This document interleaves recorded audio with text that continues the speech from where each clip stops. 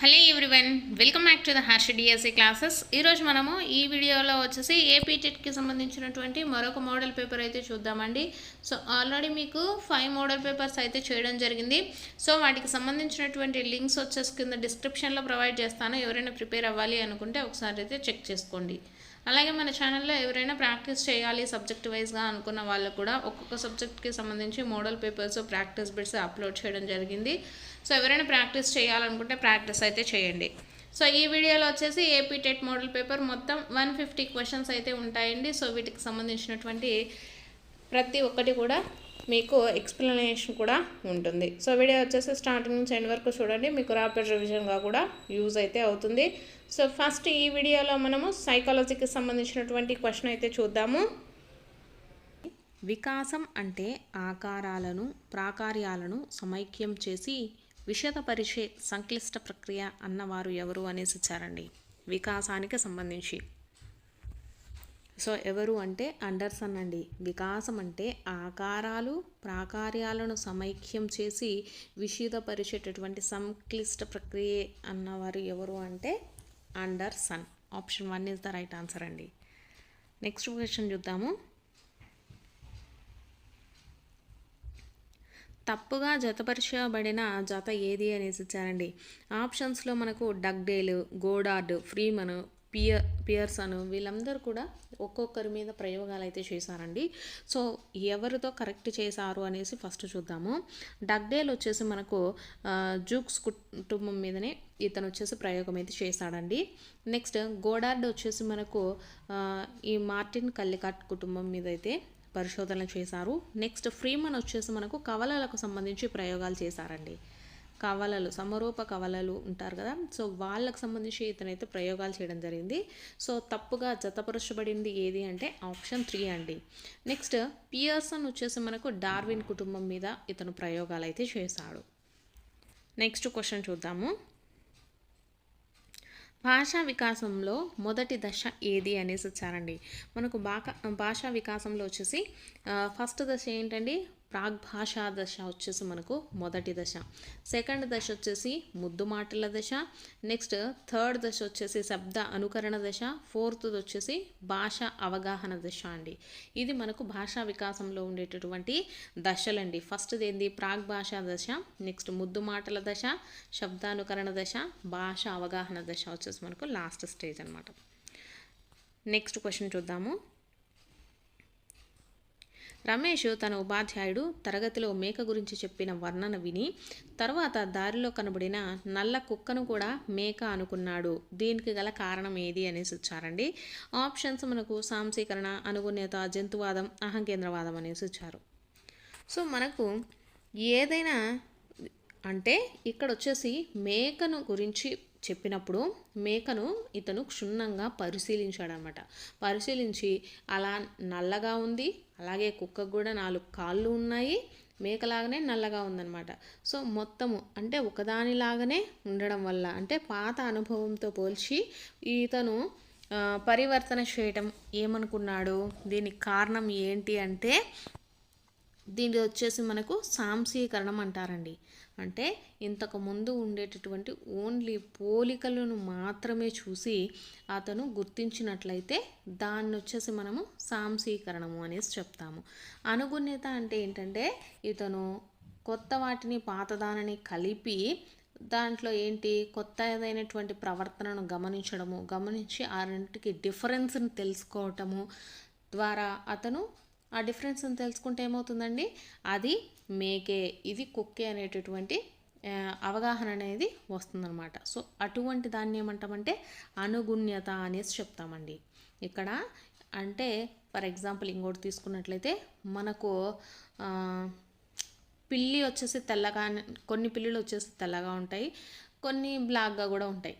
కాకపోతే ఇప్పుడు తెల్లగా ఉండేటటువంటి పిల్లిని చూసి అలాగే ర్యాబిట్ని చూసినప్పుడు, తెల్ల ర్యాబిట్ని చూసినప్పుడు ఈ రెండుటిని కూడా పిల్లులు అనుకోవడం కానీ లేకపోతే రెండుటిని కూడా ర్యాబిట్లు అనుకోవడం కానీ ఇలా జరుగుతుంది కదా. సో అటువంటి దాన్ని ఏమంటాము, సేమ్ యాజ్ ఇట్ ఈజ్గా ఉంది, సేమ్ అలాగే ఉంది కాబట్టి ఇది కూడా అదేనేమో అనుకుంటే దాన్ని సాంశీకరణం అంటామండి. అనుగుణ్యత అంటే ఆ రెండిటికి సంబంధించినటువంటి డిఫరెన్స్ అవగాహన అనేది వచ్చినట్లయితే దాన్ని అనుగుణ్యత అనేసి చెప్తాము. సో ఇక్కడ అతనికి డిఫరెన్స్ అనేది తెలీదు, అది నల్లగా ఉంది, ఇది నల్లగా ఉంది. సో మేకనే కుక్క రెండు కూడా ఒకటే అనుకోవడం ఇక్కడ ఏమవుతుంది, సాంశీకరణం అవుతుంది. నెక్స్ట్ క్వశ్చన్ చూద్దాము. ఇది మనకు పియాజే సంజ్ఞానాత్మక వికాసంలో ఉంటుందండి. నెక్స్ట్ క్వశ్చన్, కోల్బర్గ్ నైతిక వికాస సూత్రం ప్రకారము వ్యక్తిగత సూత్రాలు, అంతరాత్మ నీతి అనేవి దీనికి సంబంధించినవి అనేసి ఇచ్చారండి. సో ఎవరైతే చదువుతున్నారో సైకాలజీకి సంబంధించి ఫస్ట్ కోల్బర్గ్ నైతిక వికాస సిద్ధాంతం కూడా చదివేసేయండి. దీంట్లోంచి కంపల్సరీ ఒక బిట్ అయితే వస్తుందండి. సో దీంట్లో మనకు మొత్తం 6 దశలు అయితే ఉంటాయండి. ఉండేది 3 దశలు ఉంటాయి కామన్గా. సో ఈ 3 దశల్లో మళ్ళీ ఒక్కొక్క దశలో 2 ఉంటాయండి. 3 స్థాయిలు ఉంటాయి, వాటిల్లో ఒక్కొక్క స్థాయిలో 2 దశలు ఉంటాయి. సో ఇక్కడ ఇచ్చినటువంటి ఆప్షన్స్ ఎక్స్ప్లెయిన్ చేస్తాను. పూర్వ సాంప్రదాయ స్థాయి 1వ దశ. 1వ దశలో మనకి ఏంటంటే శిక్షా విధేయత ఉంటాయండి, శిక్షా విధేయత. నెక్స్ట్ సాంప్రదాయ స్థాయి 3వ దశలో వచ్చేసి మంచి బాలుడు, మంచి బాలిక నీతి. నెక్స్ట్ చూసుకున్నట్లయితే సాంప్రదాయ స్థాయి 4వ దశలో వచ్చేసి సమాజ అంగీకారము, అధికారము ఇవన్నీ కూడా ఉంటాయి.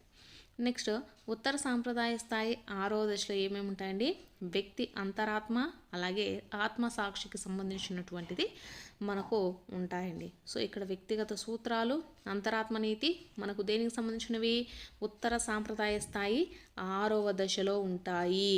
అలాగే ఉత్తర సాంప్రదాయ స్థాయిలో 5వ దశలో ఏముంటాయండి, ప్రజాస్వామ్యానికి సంబంధించి చట్టాలను పాటించడము, బాధ్యతలను అంటే సమాజంలో ఉండేటటువంటి బాధ్యతలను, పౌరులకు ఎటువంటి చట్టాలు అయితే ఉంటాయో అవన్నీ కూడా పాటిస్తూ ఉండడం, ఇవన్నీ మనకు 5వ దశలో ఉంటాయి. సో ఇక్కడ మనకు అడిగింది ఏంటి, వ్యక్తిగత సూత్రాలు, అంతరాత్మ నీతి అనేది ఏ స్థాయిలో ఉంటుందండి, ఉత్తర సాంప్రదాయ స్థాయి 6వ దశలో ఉంటుంది. నెక్స్ట్ క్వశ్చన్ చూద్దాము. ఎరిక్సన్ ప్రకారము క్రీడా దశలో పిల్లలు ఎదుర్కొనే మనోసాంఘిక క్లిష్ట పరిస్థితి ఏది అనేసి ఇచ్చారండి. సో మనకు క్రీడా దశ అంటే మనకు ఏ ఏజ్లో ఉంటుందండి, 3 నుంచి 5 సంవత్సరాలు. సో దీంట్లో మనకు చొరవ, అపరాధము అంటే తప్పు చేశాననేటటువంటి భావన మనకు క్రీడా దశలో ఉంటుందండి. నమ్మకము, అపనమ్మకం అనేది మనకు పూర్వ బాల్య దశలోనే ఉంటుంది, అంటే ఫస్ట్ దశలో ఉంటుందండి. పూర్వ బాల్య దశలో నమ్మకం, అపనమ్మకం ఉంటుంది. నెక్స్ట్ స్వయం ప్రతిపత్తి, సందేహం వచ్చేసి మనకు ఉత్తర బాల్య దశలో ఉంటాయండి. ఇది ఉత్తర బాల్య దశకి సంబంధించింది. శ్రమించడం, న్యూనత ఇది దేనికి సంబంధించిందండి, పాఠశాల దశకు సంబంధించింది. సో ఇక్కడ క్రీడా దశ వచ్చేసి మనకు 3 నుంచి 5 సంవత్సరాల వయసు ఉంటుందండి. సో దీంట్లో మనకు ఎదుర్కొనేటటువంటి మనోసాంఘిక క్లిష్ట పరిస్థితి ఏంటి, చొరవ అలాగే తప్పు చేశాను అనేటటువంటి భావన. నెక్స్ట్ క్వశ్చన్ చూద్దాము. రావన్స్ స్టాండర్డ్ అండ్ ప్రోగ్రెసివ్ మ్యాట్రిక్స్ అనేది ఏది అనేసి ఇచ్చారండి.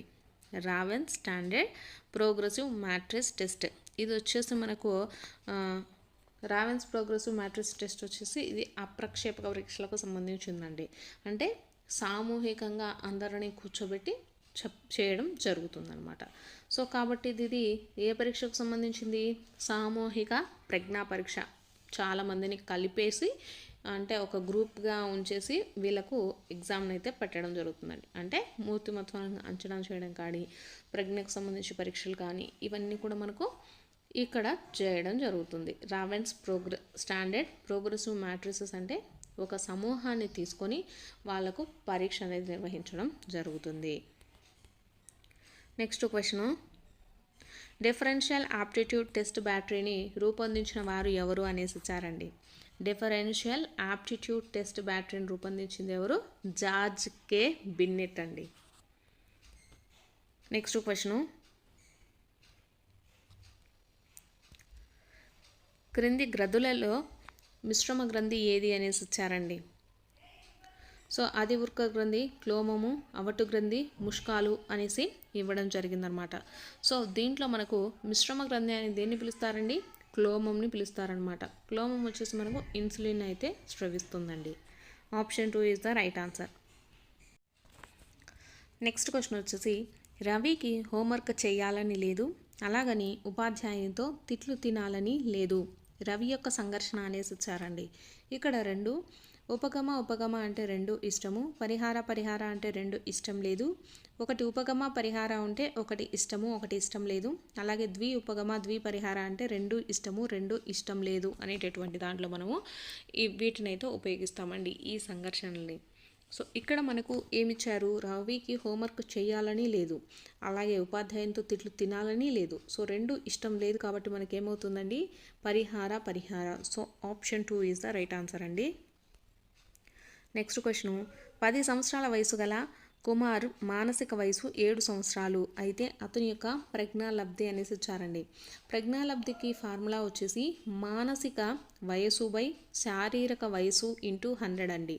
సో ఇక్కడ మనకు మానసిక వయసు ఎంత, 7 బై శారీరక వయసు. సో శారీరక వయసు ఎంత, 10 సంవత్సరాలు ఇంటూ 100 అండి. సో ఈ జీరోకు క్యాన్సిల్. సో 70%. అతని యొక్క ప్రజ్ఞాలబ్ధి ఎంత, 70% అండి. Option 1 is the right answer. Next question, ఒక ఉపాధ్యాయుడు విద్యార్థుల చురుకుదనంపై గ్లూకోజ్ ప్రభావాన్ని అధ్యయనం చేశారు. ఇక్కడ విద్యార్థుల యొక్క చురుకుదనం అనేది ఏంటి అనేసి ఇచ్చారండి. సో ఇక్కడ చూసుకున్నట్లయితే చాలామంది అడుగుతున్నారు వీటికి డిఫరెన్సెస్ చెప్పమని. ఫస్ట్, స్వతంత్ర చరము అంటే ఏంటంటే ప్రయోక్త ఆధీనములో ఉండేది మనకు స్వతంత్ర చరం అవుతుందండి.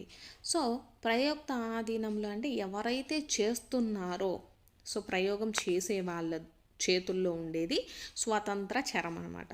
సో ఇక్కడ ప్రయోగం చేసేది ఎవరు, ఉపాధ్యాయుడు. కాబట్టి ఉపాధ్యాయుడు ఏమవుతుందండి, స్వతంత్ర చరం అవుతుంది. నెక్స్ట్, విద్యార్థుల చురుకుదనం అంటే స్వతంత్ర చరం చేసేటటువంటి ప్రభావానికి లోనయ్యేటటువంటి వాళ్ళను మనకు పరతంత్ర చరంగా చెప్తాం. సో విద్యార్థుల చురుకుదనం అనేది మనకు ఏమవుతుందండి, పరతంత్ర చరం అవుతుంది. నెక్స్ట్, ఉపాధ్యాయుడు విద్యార్థుల చురుకుదనంపై గ్లూకోజ్ ప్రభావాన్ని అధ్యయనం చేస్తున్నాడు. సో ఇక్కడ గ్లూకోజ్ ప్రభావం అనేది ఏమవుతుంది, జోక్యచరం అవుతుందండి. సో చూసారు కదా, ప్రయోక్త ఆధీనంలో ఉండేది అంటే మనకు ఎవరైతే ప్రయోగం చేస్తూ ఉంటారో వాళ్ళు వచ్చేసి మనకు స్వతంత్ర చరం కిందకి వస్తారు. ఎవరైతే ప్రయోగం చేయబడుతున్నారో అంటే ఇక్కడ ఏది ప్రయోగం చేయబడుతుంది, విద్యార్థుల యొక్క చురుకుదనం మీద ప్రయోగం అనేది చేస్తున్నారనమాట. సో కాబట్టి విద్యార్థుల చురుకుదనం అనేది మనకి ఏమవుతుంది, పరతంత్ర చరం కిందికి వస్తుంది. సో ఇక్కడ జోక్యం ఏంటి అంటే గ్లూకోజ్ ప్రభావాన్ని అధ్యయనం చేస్తున్నారనమాట. సో కాబట్టి గ్లూకోజ్ వేయడం వల్లే మనకు ఈ 2 జరుగుతాయి. కాబట్టి ఇదేమవుతుంది, జోక్య చరం అనమాట. అంటే స్వాతంత్ర చరము పరతంత్ర చరానికి మధ్యలో ఫలితాలను తారుమారు చేయడం కానీ ఫలితాలను ఇచ్చేటటువంటి దాన్ని మనం జోక్య చరం కింద చెప్తామండి. So option 3. ఇక్కడ మనకు విద్యార్థుల చురుకుదనం అనేది ఏమవుతుందండి, పరతంత్ర చరం అవుతుంది. So option 2 is the right answer అండి. నెక్స్ట్ క్వశ్చను, చార్లెస్ జెడ్ ప్రతిపాదించిన అభ్యాసన బదలాయింపు సిద్ధాంతం అనేసి ఇచ్చారండి. చార్లెస్ జెడ్ ప్రతిపాదించినటువంటి అభ్యాసన బదలాయింపు ఏదండి, సామాన్యీకరణ సిద్ధాంతం అండి. సామాన్యీకరణ సిద్ధాంతాన్ని ప్రతిపాదించింది ఎవరు, Charles Z.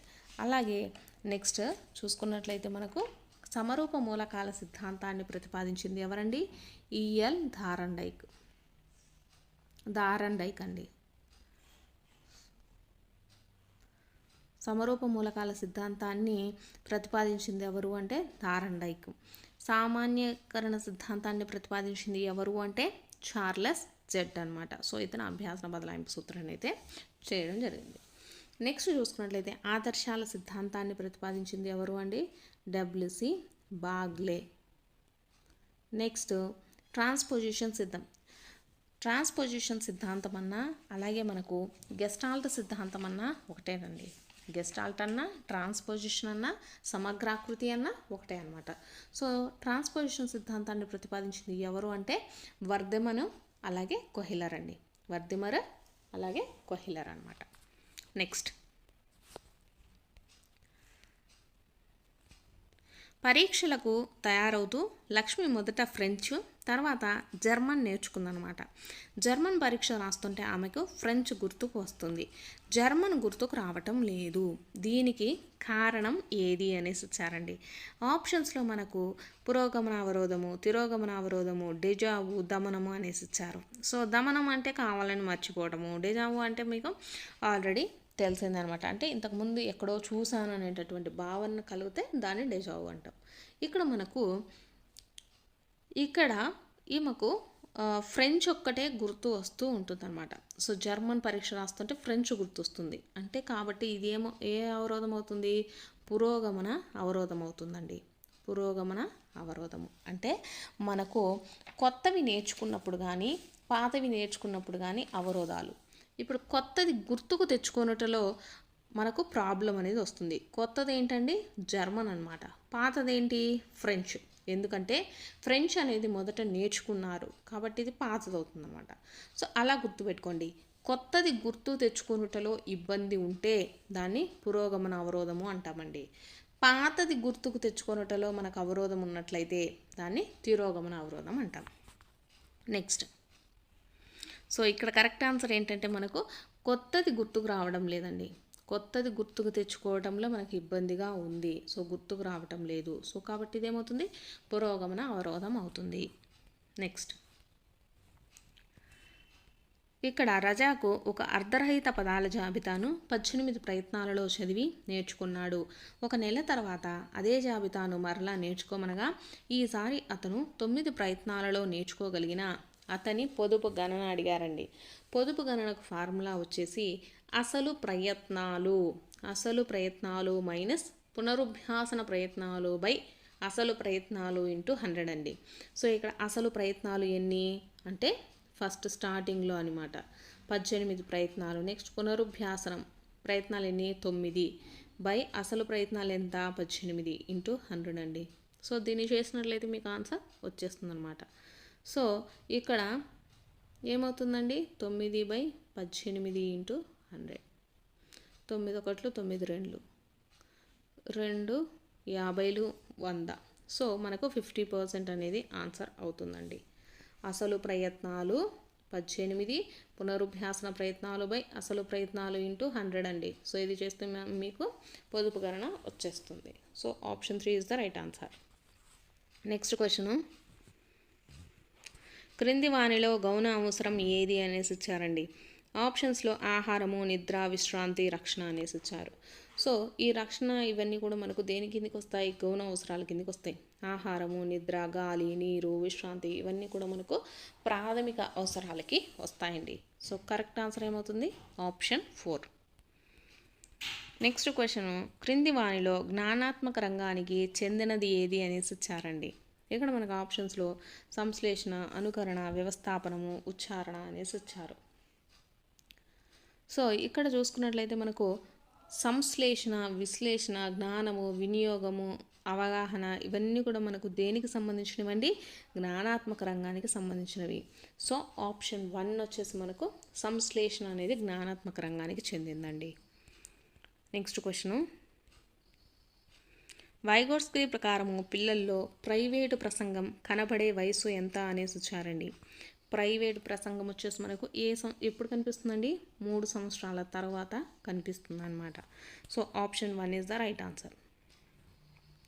Next question, Pavlov ప్రయోగంలో ఆహారం అనేది ఏది అనేసి ఇచ్చారండి. ఆప్షన్స్లో నిబంధిత ఉద్దీపన, నిర్నిబంధిత ఉద్దీపన, నిబంధిత ప్రతిస్పందన, నిర్నిబంధిత ప్రతిస్పందన అనేసి ఇచ్చారు. సో ఆహారం ఇవ్వటం అనేది ఏంటిదండి? అది జనరల్గా జరిగేదే. సో దాంట్లో ఎటువంటి నిబంధన అనేది జరగలేదు. సో కాబట్టి నిర్నిబంధిత ఉద్దీపన అండి. ప్రతిస్పందన, నిర్నిబంధిత ప్రతిస్పందన ఏమవుతుంది? లాలాజలం ఊరటం అనేది మనకు నిర్నిబంధిత ప్రతిస్పందన అవుతుందండి. సో ఇక్కడ కరెక్ట్ ఆన్సర్ ఏంటి? ఆప్షన్ 2. నెక్స్ట్ క్వశ్చన్, కార్యసాధక నిబంధనాన్ని ఇలా కూడా పిలుస్తారు అనేసి ఇచ్చారండి. సో కార్యసాధక నిబంధన అనుకునేటటువంటి మరొక పేర్లు ఏంటంటే పరికరాత్మక నిబంధన, లేకపోతే R రకం నిబంధన అనేసి కూడా పిలుస్తారండి. రెస్పాన్స్కి సంబంధించినటువంటి నిబంధన అనేసి కూడా మనకు కార్యసాధక నిబంధన సిద్ధాంతాన్ని పిలుస్తారు. అలాగే పరికరాత్మక నిబంధన అని కానీ లేకపోతే యాంత్రిక సిద్ధాంతం అనేసి కూడా చెప్తారండి. నెక్స్ట్ క్వశ్చను, గెస్టాల్ట్ అనే పదానికి అర్థం ఏంటి అనేసి ఇచ్చారండి. మీకు ఆల్రెడీ చెప్పాను కదా, గెస్టాల్ట్ అంటే ఏంటంటే ట్రాన్స్పోజిషన్ సిద్ధాంతం అని కానీ లేకపోతే సమగ్రాకృతి సిద్ధాంతం అనేసి కూడా చెప్తాము. So option 4 is the right answer. Next question, క్రింది వాణిలో బండూరా ప్రతిపాదించిన అభ్యాసన ప్రక్రియలలోని 4 అంశాలలో లేనిదేది అనేసి ఇచ్చారండి.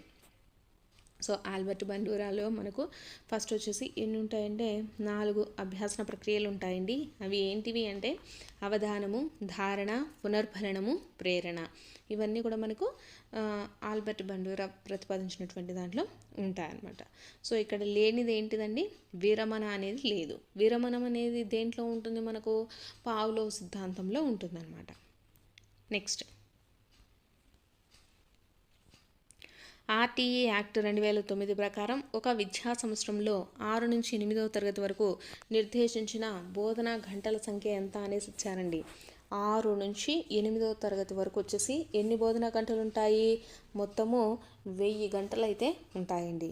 అదే మనకు 1 నుంచి 5 వరకు అడిగారు అనుకోండి, 1 నుంచి 5వ తరగతి వరకు ఎన్ని బోధనా గంటలు ఉంటాయి, 800 అయితే ఉంటాయన్నమాట. 800 గంటలు. ఇక్కడ మనల్ని 6 నుంచి 8 అడిగారు కాబట్టి మొత్తం 1000 గంటలు అయితే ఉంటాయండి. నెక్స్ట్, శ్రేష్ఠాగ్రహణ కౌన్సిలింగ్ను ప్రవేశపెట్టిన వారు ఎవరు అనేసి ఇచ్చారండి. అంటే ఇవి మనకు మంత్రణానికి సంబంధించిందనమాట. మనకు మంత్రణంలో నిర్దేశిత మంత్రణము, అనిర్దేశిత మంత్రణము, అలాగే శ్రేష్ఠాగ్రహణ కౌన్సిలింగ్ అంటే మిశ్రమ కౌన్సిలింగ్ను ప్రవేశపెట్టింది ఎవరు అనేసి ఇక్కడ ఇవ్వడం జరిగిందనమాట. మనకు ఫస్ట్ చూసుకున్నట్లయితే మిశ్రమ శ్రేష్ఠాగ్రహణ కౌన్సిలింగ్ను ప్రవేశపెట్టింది ఎవరండి, ఎఫ్సి ధార్న్ అండి. నెక్స్ట్ మిగిలిన క్వశ్చన్లు కూడా చూద్దాము.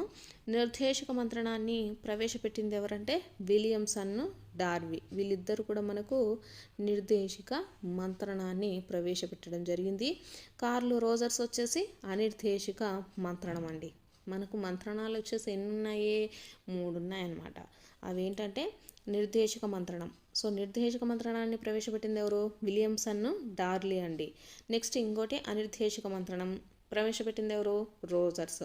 అలాగే శ్రేష్ఠాగ్రహణ మిశ్రమ కౌన్సిలింగ్ను ప్రవేశపెట్టింది ఎవరు, ఇక్కడ ఎఫ్సి ధార్న్ అండి. నెక్స్ట్ క్వశ్చన్, నిర్దేశిత నాయకత్వంలో అనేసి ఇచ్చారు. సో మనకు నిర్దేశిత నాయకత్వానికి సంబంధించి ఏంటండి, నిర్దేశక నాయకత్వం అంటే వీళ్ళు ఇక్కడ కఠిన నిర్ణయాలు కానీ నిబంధనలను విధించి ఇతర సభ్యులకు ఇక్కడ నచ్చినా నచ్చకపోయినా కూడా పాటించేలా చేసేటటువంటి నాయకత్వాన్ని నిర్దేశిత నాయకత్వం అంటారండి. అంటే ఒక నాయకుడు అలాగే సభ్యులు ఉంటారు కదా, సో ప్రతి ఒక్కటి కూడా సభ్యులతో పని లేదనమాట. నాయకుడే నిర్ణయాలు తీసుకుంటాడు, అవి కంపల్సరీగా సభ్యులు పాటించవలసి ఉంటుంది. సో ఇటువంటి నాయకత్వాన్ని నిర్దేశక నాయకత్వం అంటారు. సో ఇచ్చిన ఆప్షన్స్ చూద్దామండి. నిర్ణయాలు సభ్యులు తీసుకుంటారు అనేసి ఇచ్చారు, సభ్యులు తీసుకోరండి. నాయకుడు మాత్రమే నిర్ణయాలు తీసుకుంటాడు, కరెక్ట్ అండి. నిర్దేశిత నాయకత్వం అంటే ఓన్లీ నాయకుడు మాత్రమే నిర్ణయాలు తీసుకుంటాడు. నాయకుడు సభ్యులందరి అభిప్రాయాలను ప్రాధాన్యతనిస్తాడు, ఇవ్వరండి. నాయకత్వం నామ మాత్రమే అనేసి ఇచ్చారు, ఇది కూడా కాదనమాట. So option 2 is the right answer. Next question, alexia అనేది ఏంటి అనేసి ఇచ్చారండి. సో ఇది కూడా మనకు ఇంపార్టెంట్ టాపికే అండి, కంపల్సరీగా మనల్ని క్వశ్చన్ అయితే అడుగుతూ ఉంటారనమాట. సో చూద్దాము. ఫస్ట్ది మనకు భాషా సంబంధ వైకల్యం అనేసి ఇవ్వడం జరిగింది. నెక్స్ట్ ఇంకా ఏమేమి ఇచ్చారంటే పఠన సంబంధ, రాతన సంబంధ వైకల్యాలు, ఇవన్నీ కూడా ఇవ్వడం జరిగింది. నెక్స్ట్ అలెక్సియా అంటే పఠన సంబంధ వైకల్యాన్ని అలెక్సియా అనేసి పిలుస్తారండి. భాషణ వైకల్యాన్ని వచ్చేసి అఫేసియా అనేసి పిలుస్తారు, అఫేసియా అనేసి పిలుస్తారండి. నెక్స్ట్ రాత సంబంధ వైకల్యాన్ని ఏమంటారు, అగ్రాఫియా అంటారు, అగ్రాఫియా అంటారు. నెక్స్ట్ గణిత సంబంధ వైకల్యాన్ని ఏమంటాము, డిస్కాలిక్యులియా అంటారు. ఇవేంటంటే మిగతా పేర్లండి. డిస్ఫేసియా అనే డిస్ఫేసియాకి అఫేసియా, డిస్లెక్సియాకి అలెక్సియా, డిస్గ్రాఫియాకి అగ్రాఫియా, ఇలా పేర్లు అయితే పెట్టడం జరిగిందండి. అంతే, ఎటువంటి డిఫరెన్స్ అయితే లేదనమాట. గణిత సంబంధ వైకల్యాన్ని డిస్కాలిక్యులియా అనేసి పిలవడం జరుగుతుంది. నెక్స్ట్, అలెక్సియా అంటే ఏంటండి? ఇక్కడ పఠన సంబంధ వైకల్యాన్ని అలెక్సియా లేదా డిస్లెక్సియా అనేసి పిలుస్తామండి. నెక్స్ట్ క్వశ్చను, సహచర్య సహకార అభ్యాసనాలు 2 అనేసి ఇచ్చారు. సహచర్య అలాగే సహకార అభ్యాసనాలు 2 కూడా దేంతో కేంద్రీకృతం అయితే ఉంటాయండి? విద్యార్థి కేంద్రీకృతం అయినటువంటివే. నెక్స్ట్ క్వశ్చన్, బ్రూనర్ ప్రతిపాదించిన సిద్ధాంతం అనేసి ఇచ్చారండి. ఈ కింద ఇచ్చినటువంటి వాటిల్లో బ్రూనర్ ప్రతిపాదించిన సిద్ధాంతం ఏదండి? బోధన శిక్షణ సిద్ధాంతాన్ని ప్రతిపాదించింది వచ్చేసి మనకు బ్రూనర్ అండి. బోధన శిక్షణ సిద్ధాంతాన్ని ప్రతిపాదించింది బ్రూనర్. పరిశీలన అభ్యాసన సిద్ధాంతాన్ని ప్రతిపాదించింది ఎవరండి? బండూరా. నెక్స్ట్, మనోవిశ్లేషణ సిద్ధాంతాన్ని ప్రతిపాదించింది ఎవరు? సిగ్మండ్ ఫ్రాయిడ్ అండి. కార్యసాధక నిబంధన సిద్ధాంతాన్ని ప్రతిపాదించింది ఎవరు? స్కిన్నర్ అండి. నెక్స్ట్, ఎన్సిఎఫ్ 2005లో సంస్థాగత సంస్కరణలు ఈ అధ్యయనంలో చర్చించబడ్డాయి అనేసి ఇచ్చారండి. మనకు సంస్థాగత సంస్కరణలు అన్నీ కూడా ఏ అధ్యాయంలో ఉన్నాయి? 5వ అధ్యాయంలో ఉన్నాయండి. So option 4 is the right answer. నెక్స్ట్ది,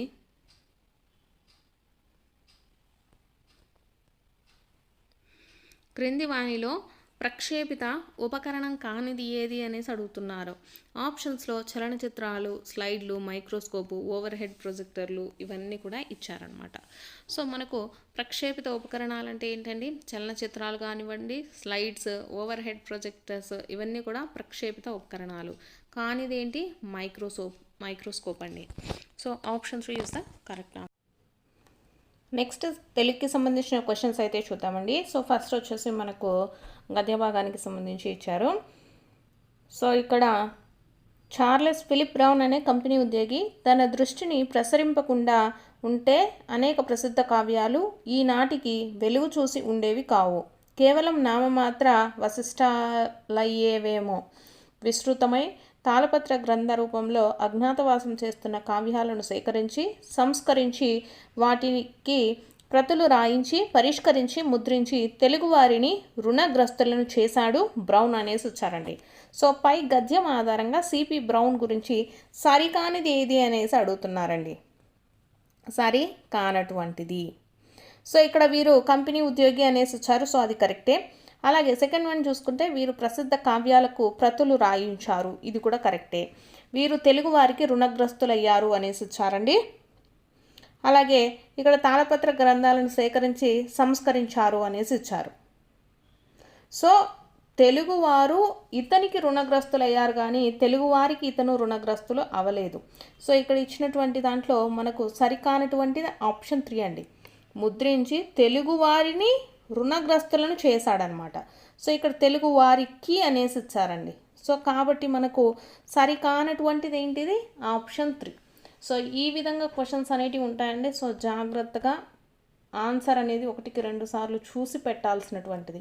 ఇక్కడ వారిని వారికి అండి, ఓన్లీ ఒక లెటర్ వల్లనే మనకు ఇక్కడ ఆన్సర్ అనేది తప్పుపోతుంది. సో జాగ్రత్తగా ఆలోచించండి, చూడండి, కరెక్ట్ ఆన్సర్ అయితే చేయండి. సో ఇక్కడ ఆప్షన్ 3 మాత్రమే మనకు సరికాదు. నెక్స్ట్ క్వశ్చన్ అయితే చూద్దాము. ఇతిహాస పురాణాలు రెండింటికి పురాణము అనే పేరు రూఢిలో ఉన్నది. భారత రామాయణాలను పురాణాలలో చేర్చి పరిశీలించవచ్చు. కానీ భారత రామాయణాలలో కావ్య ధర్మాలు విశిష్టంగా ఉన్నాయి కాబట్టి వాటిని పురాణాలలో చేర్చకుండా ప్రత్యేకంగా పేర్కొని పరిశీలించడం జరిగింది అనేసి ఇచ్చారండి. సో కవిత్రయ భారతము తెలుగు సాహిత్యానికి మూల స్తంభము. నన్నయ్య భారత రచనలతో తెలుగు సాహిత్య సాంప్రదాయంలో సంస్కృత భాష సాంప్రదాయ ప్రాధాన్యం ఏర్పడింది అనేసి ఇచ్చారు. భారత రామాయణాలను పురాణాలుగా పేర్కొనకపోవటానికి కారణం ఏది అనేసి అడుగుతున్నారు.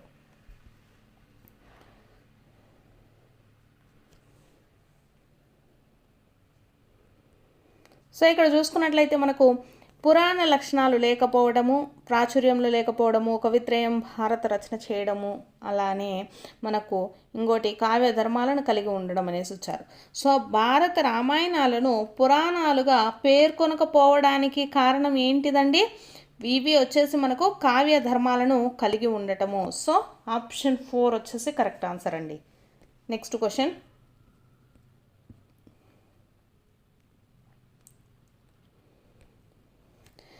పరగ పంచేంద్రియాల లోపనం షడ్ సగ్నయై యుండు నదియై రసగ్న పలుకు ప్రలధన మబ్బు కథన పరస్పరాను రాగమధుర రసజ్ఞయై రంపటిల్లు అనేసి వచ్చారండి. సో ఇక్కడ చూసుకున్నట్లయితే మనకు రసజ్ఞ అనేది ఉంది. సో రసజ్ఞ అంటే అర్థం ఏంటిదండి? నాలుక అండి. రసజ్ఞ అంటే నాలుక. సో పై పద్యంలో మనకు దేని గురించి చెప్పబడింది? నాలుక గురించి చెప్పబడింది. పరగ పంచేంద్రియాల లోపలను అంటే ఇక్కడ మనకు పంచేంద్రియాలు ఉంటాయి కదండి, కన్ను, ముక్కు, చెవి, నాలుక, చర్మము. ఈ అన్నీ ఉన్నప్పటికీ మనకు రుచిని ఆస్వాదించేటటువంటిది ఏంటిదండి? రసజ్ఞ. రసజ్ఞ అంటే ఏంటిదండి? నాలుక. సో ఆప్షన్ 1 వచ్చేసి కరెక్ట్ అవుతుంది. నెక్స్ట్, తనవారు లేని చోటను జనమించుక లేని చోట జగడము చోటన్ అనుమానమైన చోటను మనుజునకు నిలువదగదు మహిళో సుమతి అనేసి ఇచ్చారండి. పై పద్యం ఆధారంగా మానవులు ఉండకూడని ప్రదేశం ఏంటిది అనేసి ఇచ్చారు. సో తనవారు లేని చోట అంటే ఏంటిదండి? తనకు సంబంధించిన వారు లేని చోట అంటే బంధుమిత్రులు లేని చోట. అలాగే జనమించుక లేని చోట అంటే అస్సలు జనం లేనటువంటి ప్రదేశాలలో. జగడము చోట అంటే నిరంతరం గొడవలు కానీ తగువులు కానీ జరుగుతుంటాయి కదా, అటువంటి చోట. అలాగే అనుమానమైన చోట, మనకు ఎప్పుడు అనుమానాలకు తావునిచ్చేటటువంటి ప్రదేశాలు ఉంటాయి కదా, సో అటువంటి ప్లేస్లలో కూడా మనుషులు ఎవ్వరూ నివసించకూడదు అనేసి చెప్పడం జరిగింది. సో ఇక్కడ పై పద్యం ఆధారంగా మానవులు ఉండకూడని ప్రదేశం ఏంటిదండి? తనకు సంబంధించిన వారు లేని చోట, తన వారు లేని చోట అని మనకు ఆల్రెడీ మెన్షన్ చేశారు పద్యంలో. సో కాబట్టి కరెక్ట్ ఆన్సర్ ఏమవుతుంది? ఆప్షన్ 4. నెక్స్ట్, దేవీ ప్రియ గురించి సత్యాలు ఏవి అనేసి ఇచ్చారండి.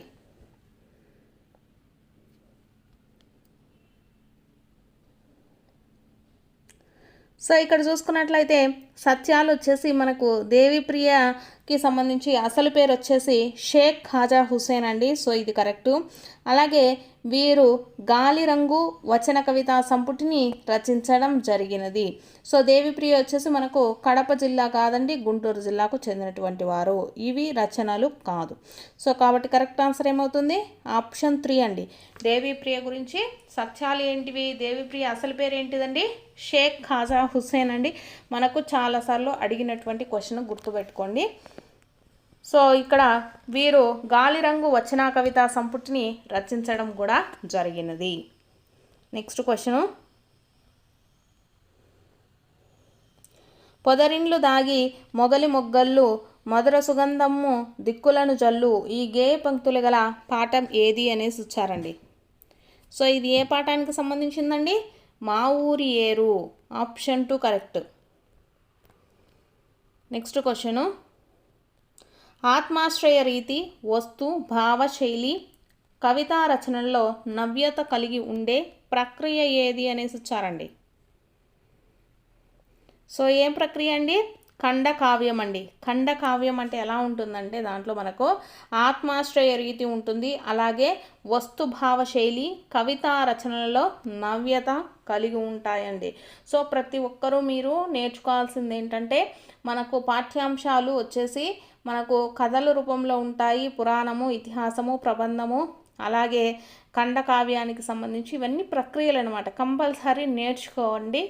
ఏదో ఒకటి మనల్ని ఎగ్జామ్లో అడగడం జరుగుతుంది. సో మనకు ఇలా ఉండేటటువంటి ప్రక్రియను ఏమంటామండి? ఖండకావ్యం అంటాం. నెక్స్ట్ క్వశ్చను, మానవ స్వభావము ఇతివృత్తంగా గల పాఠ్యాంశం ఏది అనేసి ఇచ్చారండి. సో ఏ పాఠ్యాంశం అండి? మాయా కంబలి. ఆప్షన్ 3 వచ్చేసి రైట్ ఆన్సర్. నెక్స్ట్ క్వశ్చను, అదేమిటి నాతో ఎవరు ఆడుకోవడానికి రావటం లేదు అని ఆలోచించినది ఎవరు అనేసి ఇచ్చారండి. సో ఎవరండి? రాము అండి. ఆప్షన్ 2 ఇది మనకు పాఠంలో ఉండేటటువంటి వాళ్ళ మనుషులకు సంబంధించినటువంటి క్వశ్చన్. నెక్స్ట్, క్రింది పదాలను వాటి అర్థాలతో జతపరచండి అనేసి ఇచ్చారండి. సో విభవం అంటే సంపద అండి. విభవం అంటే ఏంటిది? సంపద. నెక్స్ట్ విపులం అండి. విపులం అంటే విరివి అయిన, స్పష్టంగా అని అర్థం వస్తుంది. నెక్స్ట్ విషదం అండి. సో విషదం అంటే ఏంటిదండి? స్పష్టం అండి. విషదం అంటే స్పష్టము. విహరణము అంటే తిరగడం. విహరణం అంటే ఏంటిదండి? తిరగటం. సో ఒకసారి చూడండి, విభవం అంటే సంపద. విభవం అంటే ఏంటిదండి? సంపద. విపులమైన అంటే విరివైన అంటే ఎక్కువైన అండి, ఎక్కువగా ఉండటం. విపులంగా, దట్టంగా అంటాం కదా అట్లా. విషదము అంటే ఏంటిదండి? స్పష్టం. విషదము అంటే స్పష్టమైన. నెక్స్ట్ విహరణము అంటే తిరగడం అండి. సో ఆప్షన్ 1 వచ్చేసి కరెక్ట్ ఆన్సర్ అవుతుంది. నెక్స్ట్ది, పదాలను వాటి నానార్థాలతో జతపరచండి అనేసి ఇచ్చారండి. నానా అర్థాలండి ఇవి. సో ఫస్ట్ చూసుకుంటే సుధా అండి. సుధా అంటే ఏంటిదండి? అమృతము, సున్నము. అమృతము, సున్నము అనేది నానా అర్థాలు. నెక్స్ట్ తనరు అండి. నెక్స్ట్ది ఏంటిది? తనరు అంటే మనకు ఒప్పు అండి. తనరు అంటే ఒప్పు, అతిశయించుట. నెక్స్ట్ చూసుకున్నట్లయితే దివి అండి. దివి అంటే ఏంటిదండి? స్వర్గము, ఆకాశము. మాట అంటే ఏంటిదండి? పలుకు, నింద. సో మీకు దీంట్లో ఒక 2 వచ్చినా ఇంకొక 2 గెస్ చేసే విధంగానే ఉంటాయి. సో ప్రతి ఒక్కరు కూడా అటెంప్ట్ చేయండి. సుధా అంటే ఏంటిదండి? అమృతము, సున్నము. తనరు అంటే ఒప్పు, అతిశయించుట. దివి అంటే స్వర్గము, ఆకాశం అండి. మాట అంటే పలుకు, నింద. సో మనకు కరెక్ట్ ఆన్సర్ ఏమవుతుందండి? Option 2 is the right answer. Next question, Telugu పలుకులు తేనెలొలికెను డాష్. ఆంధ్ర వైభవం పాఠం ఆధారంగా ఖాళీలలో సరిపోయే పదాన్ని గుర్తించండి అనేసి ఇచ్చారు. సో ఖాళీలో ఏం సరిపోతుందండి?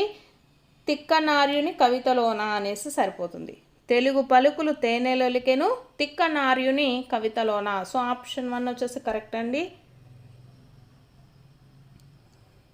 నెక్స్ట్, ఉత్పత్తి అర్థాలకు సంబంధించి సరి అయినది ఏది అనేసి అడుగుతున్నారు. సో క్షేత్రము అనేసి ఇచ్చారండి. క్షేత్రము అంటే పెద్ద భవనములు కలది అనేసి ఇచ్చారు. తప్పు. పెద్ద భవనములు కలది ఏంటిదండి? నగరం అండి. సో నగరానికి ఉత్పత్తి అర్థం అడిగితే మనకు పెద్ద భవనములు కలది అనేసి చెప్తాము. క్షేత్రము అంటే ఏంటిదండి? పంటలు పండించేటటువంటి భూమిని మనము క్షేత్రము అంటాము. సో కాబట్టి ఇది రాంగు. నెక్స్ట్ భాస్కరుడు అంటే మనకు కాంతిని లేదా ప్రకాశమును కలగజేసేవాడు, చీకటిని పోగొట్టువాడు అనేసి ఇచ్చారండి. కానీ కాంతిని కలగజేయువాడు అనేసి రావాలి. సో కాంతిని కలగజేయువాడు ఎవరండి? సూర్యుడు. సో చీకటిని పోగొట్టేవాడు ఎవరండి? తమోహరుడు అండి. తమోహరుడు.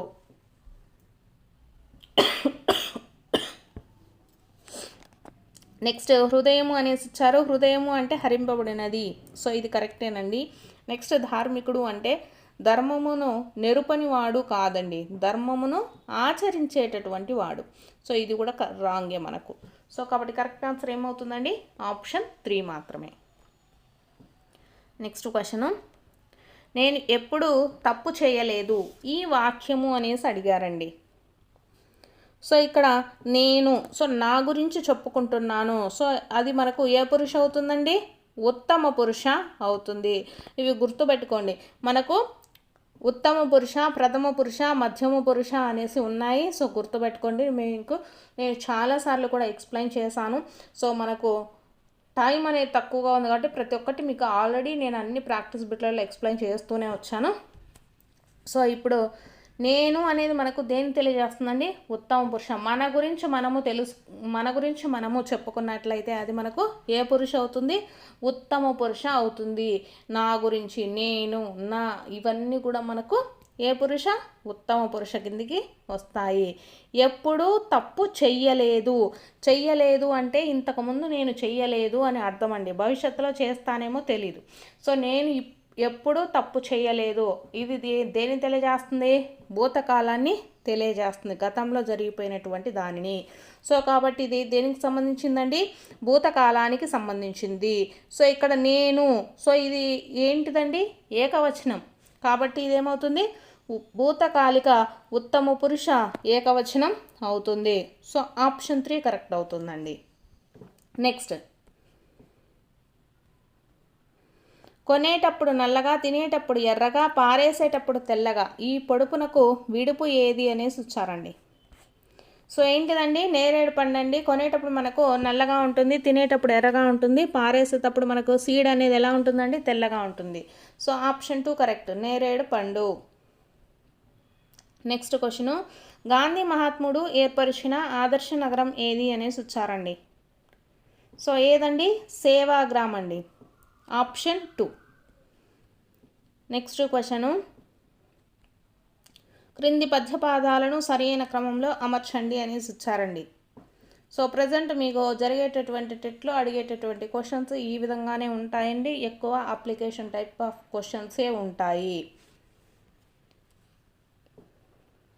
సో వీటిని కరెక్ట్గా జతపరిచినట్లయితే మనకు కరెక్ట్ ఆన్సర్ ఏమవుతుందండి? ఆప్షన్ 3 అవుతుంది. సో ఫస్ట్ది ఏంటిది?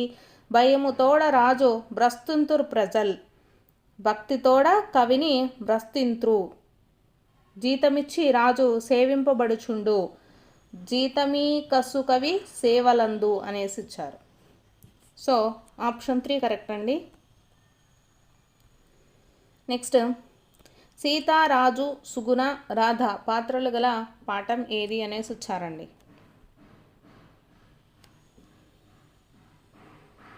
సో ఏ పాఠంలో ఉంటాయండి ఇవన్నీ పాత్రలు? మమకారం పాఠంలో ఉంటాయి. మమకారం పాఠంలో ఏమేమి పాత్రలు ఉంటాయి? సీత, రాజు, సుగుణ, రాధ. నెక్స్ట్, కలువకలను సదానంద గారు ఈ రచనకు ఆంధ్రప్రదేశ్ సాహిత్య అకాడమీ అవార్డు అందుకున్నారు అనేసి వచ్చారండి. సో దేనికండి? నవ్వే పెదవులు ఏడ్చే కళ్ళు అండి. నవ్వే పెదవులు ఏడ్చే కళ్ళు అనేటటువంటి రచనకు ఇతనికి వచ్చేసి మనకు సాహిత్య అకాడమీ అవార్డు అయితే రావడం జరిగింది. నెక్స్ట్ క్వశ్చను, ప్రాణము ప్లస్ పోసడి పదాలను కలుపగా ఏర్పడు రూపం ఏది అనేసి ఇచ్చారండి. ప్రాణం ప్లస్ పోసడి, ప్రాణం ఓసడి ఏమవుతుందండి? గసడద వాదేశ సంధి అవుతుందండి. Option 3 correct. నెక్స్ట్ క్వశ్చన్, నది సవ్వడులు ఈ పదంలోని సమాసం ఏది అనేసి అడుగుతున్నారండి. నది సవ్వడులు, నది యొక్క సవ్వడులు ఏమవుతుందండి? మనకు షష్ఠీ తత్పురుష సమాసం అవుతుంది. నది సవ్వడులు అంటే సమాసం ఎలా రాస్తామండి? విగ్రహవాక్యంగా మనము నది యొక్క సవ్వడులు, మనకు కిన్ కున్ యొక్క లోన్ లోపలన్ ఏమవుతుంది? షష్ఠీ తత్పురుష సమాసం అవుతుంది. సో కాబట్టి ఆప్షన్ 4 కరెక్ట్. నెక్స్ట్ క్వశ్చను, మాలిన్యం కలిగిన బంగారాన్ని కాలిస్తే నలుపెక్కి రంగు మారిన విధంగా మనోవేదన అనే అగ్ని యొక్క వేడి చేత దుర్యోధనుని శరీరం కళావిహీనమైంది అనేసి ఇచ్చారు. సో ఈ వాక్యంలోని అలంకారం అనేసి అడిగారండి. సో ఇక్కడ మనకు దుర్యోధనుడి యొక్క శరీరాన్ని దేంతో పోల్చడం జరిగిందండి? మాలిన్యం కలిగినటువంటి బంగారంతో పోల్చడం జరిగింది ఇక్కడ. సో మాలిన్యం కలిగినటువంటి బంగారం కాలిస్తే నలుపెక్కి తర్వాత అది రంగు మారుతూ ఉంటుందన్నమాట. అదేవిధంగా ఇక్కడ దుర్యోధనుడి శరీరం ఎలా ఉందండి? దేనివల్ల? మనోవేదన అనేటటువంటి అగ్ని యొక్క వేడి చేత దుర్యోధనుడి శరీరం అంతా కళావిహీనమైంది. సో ఇక్కడ మనకు ఒక వస్తువును ఆర్ ఒకరిని ఇంకొకరితో పోల్చి చెప్పడం జరిగింది కాబట్టి ఇది మనకు ఏ అలంకారం అవుతుందండి? ఉపమ అలంకారం అవుతుంది. సో ఆప్షన్ 1 వచ్చేసి కరెక్ట్ ఆన్సర్ అండి. నెక్స్ట్, ఇక్కడ కడు, చిరు కడు నిడు శబ్దాలలో రా డాలకు అచ్చుపరమైతే ఆదేశంగా వచ్చేది ఏంటిది అనేసి అడిగారండి. సో ఆదేశంగా మనకేమొస్తుందండి, ఠకారం అనేది ఆదేశంగా వస్తుంది. సో కాబట్టి ఇది మనకు దేనికి సంబంధించిందండి, ద్విరుక్త ఠకారానికి సంబంధించినటువంటి సూత్రం అండి. కరు చిరు కడు నడు నిడు శబ్దాలలో రా డా లాకు అచ్చుపరమైతే ఆదేశంగా వచ్చేది ఏంటిదండి, ఠ అనేది ఆదేశంగా వస్తుంది. సో దాన్ని ఏమంటాం మనము, ఈ సంధిని ద్విరుక్త టకారం అనేసి చెప్తామండి. సో ఈ టాకి టావుతనే ద్విరుక్త టకారం అనేసి చెప్తాం. నెక్స్ట్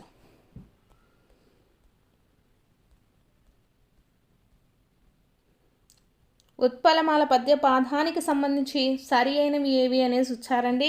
సో ఉత్పలమాల పద్యం ఏంటిదండి, ఇది ఒక వృత్త జాతి పద్యానికి సంబంధించింది. సో ఇది కరెక్టు. ప్రతి పాదంలో వరుసగా మనకు ఉత్పలమాలలో ఏ గణాలు వస్తాయండి, భరణ బబరవ అనేటటువంటి గణాలు వస్తాయి. అలాగే ప్రతి పాదంలో కూడా 20 అక్షరాలు ఉంటాయి, 21 ఉండవండి. నెక్స్ట్ ప్రాస నియమం ఉంటుంది, ఇది కూడా కరెక్టే. సో సరి అయినవి అడిగారు కాబట్టి మనకు సరి అయినవి ఏమవుతాయండి, ఓన్లీ 1, 2, 4 అండి. సో కాబట్టి మనకు ఏ ఆప్షన్ అవుతుందండి, 1, 2, 4. సో ఆప్షన్ 4 కరెక్ట్ అవుతుందండి.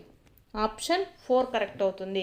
ఇది ఉత్పలమాలకు సంబంధించిందండి. చూడండి, మనకు ప్రతి ఒక్క దాంట్లో కూడా ఏదో ఒక పద్యానికి ఉత్పలమాలకు సంబంధించి కానీ లేకపోతే మనకు శార్దూలం, చంపకమాల, మత్తేవం వీటిల్లో కంపల్సరీ క్వశ్చన్ అనేది అన్ని షిఫ్ట్లలో ఉంటుందండి దాదాపు. సో ఇప్పుడు మనకు ఉత్పలమాలకు ఇచ్చారు కాబట్టి చూడండి, ఇది ఉత్పలమాల వచ్చేసి వృత్త పద్యానికి సంబంధించిందండి. దీంట్లో మనకి ఎటువంటి గణాలు ఉంటాయి, భరణ బబరవ అనేటటువంటి గణాలు ఉంటాయి. అలాగే ప్రతి పాదంలో కూడా ఎన్ని అక్షరాలు ఉంటాయండి, 20 అక్షరాలు ఉంటాయండి. 21 అనేసి ఇచ్చారు, ఇది తప్పు. సో ప్రాస నియమం ఉంటుంది. సో కాబట్టి ఉత్పలమాలకు సంబంధించి మనకు ఆప్షన్ 4 కరెక్ట్ అవుతుంది. నెక్స్ట్ చూద్దాము. నెక్స్ట్ మెథడ్స్ అండి. సో మెథడ్స్లో జరిగిన క్వశ్చన్ చూద్దాము. శిశువు తన జాగ్రత్తావస్థలో ఏ భాషలో ఆలోచిస్తాడో, నిద్రావస్థలో ఏ భాషలో కలగంటాడో అదే అతని మాతృభాషగా భావించడము సమంజసము అని నిర్వచించినది ఎవరు అనేసి వచ్చారండి. సో ఎవరండి అలా నిర్వచించింది, రైబర్న్ నిర్వచించాడు, అలాగే బల్లార్డ్ ఇద్దరు కూడా నిర్వచించడం జరిగిందండి. సో కాబట్టి ఈ 2 ఆప్షన్స్ కరెక్టే. నెక్స్ట్ క్వశ్చను, క్రింది భాషణా దోషాలను సంబంధిత పదాలతో జతపరచండి అనేసి ఇచ్చారండి. సో ఇక్కడ విమానము అనేది సో సంబంధిత పదాలతో జతపరచండి. సో జతపరచండి అని మీకు తెలుసు కదా, సో ఇలా పెడతాను చూడండి. సో దీంట్లో విమానము అలాగే ఈమానము అనేసి ఇచ్చారండి. సో దీంట్లో మనకు ఏమైందండి, హల్లునకు బదులుగా అచ్చు పలకడం జరిగింది. సో ఆకి ఏమవుతుందండి, వా. నెక్స్ట్ హరిశ్చంద్రుడు, ఈడ హరిశ్చంద్రుడు అనేసి ఇచ్చారు, షాకి చా అండి. సో ఇక్కడ మనకు ఏమవుతుందండి, ఇక్కడ హరిశ్చంద్రుడిలో వచ్చేసి సంయుక్త అక్షరాలకు ద్విత్వాక్షరాలుగా పలకడం. సో ఇది షాకి చావత్తు అనేది సంయుక్త అక్షరం అవుతుందండి. ద్విత్వాక్షరం వచ్చేసి చాకు చావత్తు. సో ఏదైనా అక్షరానికి అదే ఒత్తు మనకు వచ్చినట్లయితే మనకు ఏమవుతుంది, అది ద్విత్వాక్షరం అవుతుంది. సో మీ అందరికీ తెలిసిందే. సో కాబట్టి ఇక్కడ షాకి చావత్తుంది, ఇక్కడ చాకి చావత్తుంది. సో ఇక్కడ సంయుక్తాక్షరాలను ద్విత్వాక్షరాలుగా పలకడం జరిగింది. నెక్స్ట్ నిర్దేశము, అలాగే ఇంకోటి నిర్దేశము అనేసి ఇచ్చారండి. సో ఇక్కడ మనకు జరిగినటువంటిది ఏంటిది అంటే, ఇక్కడ ఒత్తు దా లేదండి, ఇక్కడ ఒత్తు ధా ఉంది. సో మనకు ఇక్కడ ఏం జరిగిందండి, అల్ప ప్రాణాలను మహాప్రాణాలుగా పలకడం జరిగింది. సో కాబట్టి ఈ అనేది అవుతుంది. నెక్స్ట్ జ్ఞానము అనేది జ్ఞానము అనేసి ఇచ్చారండి.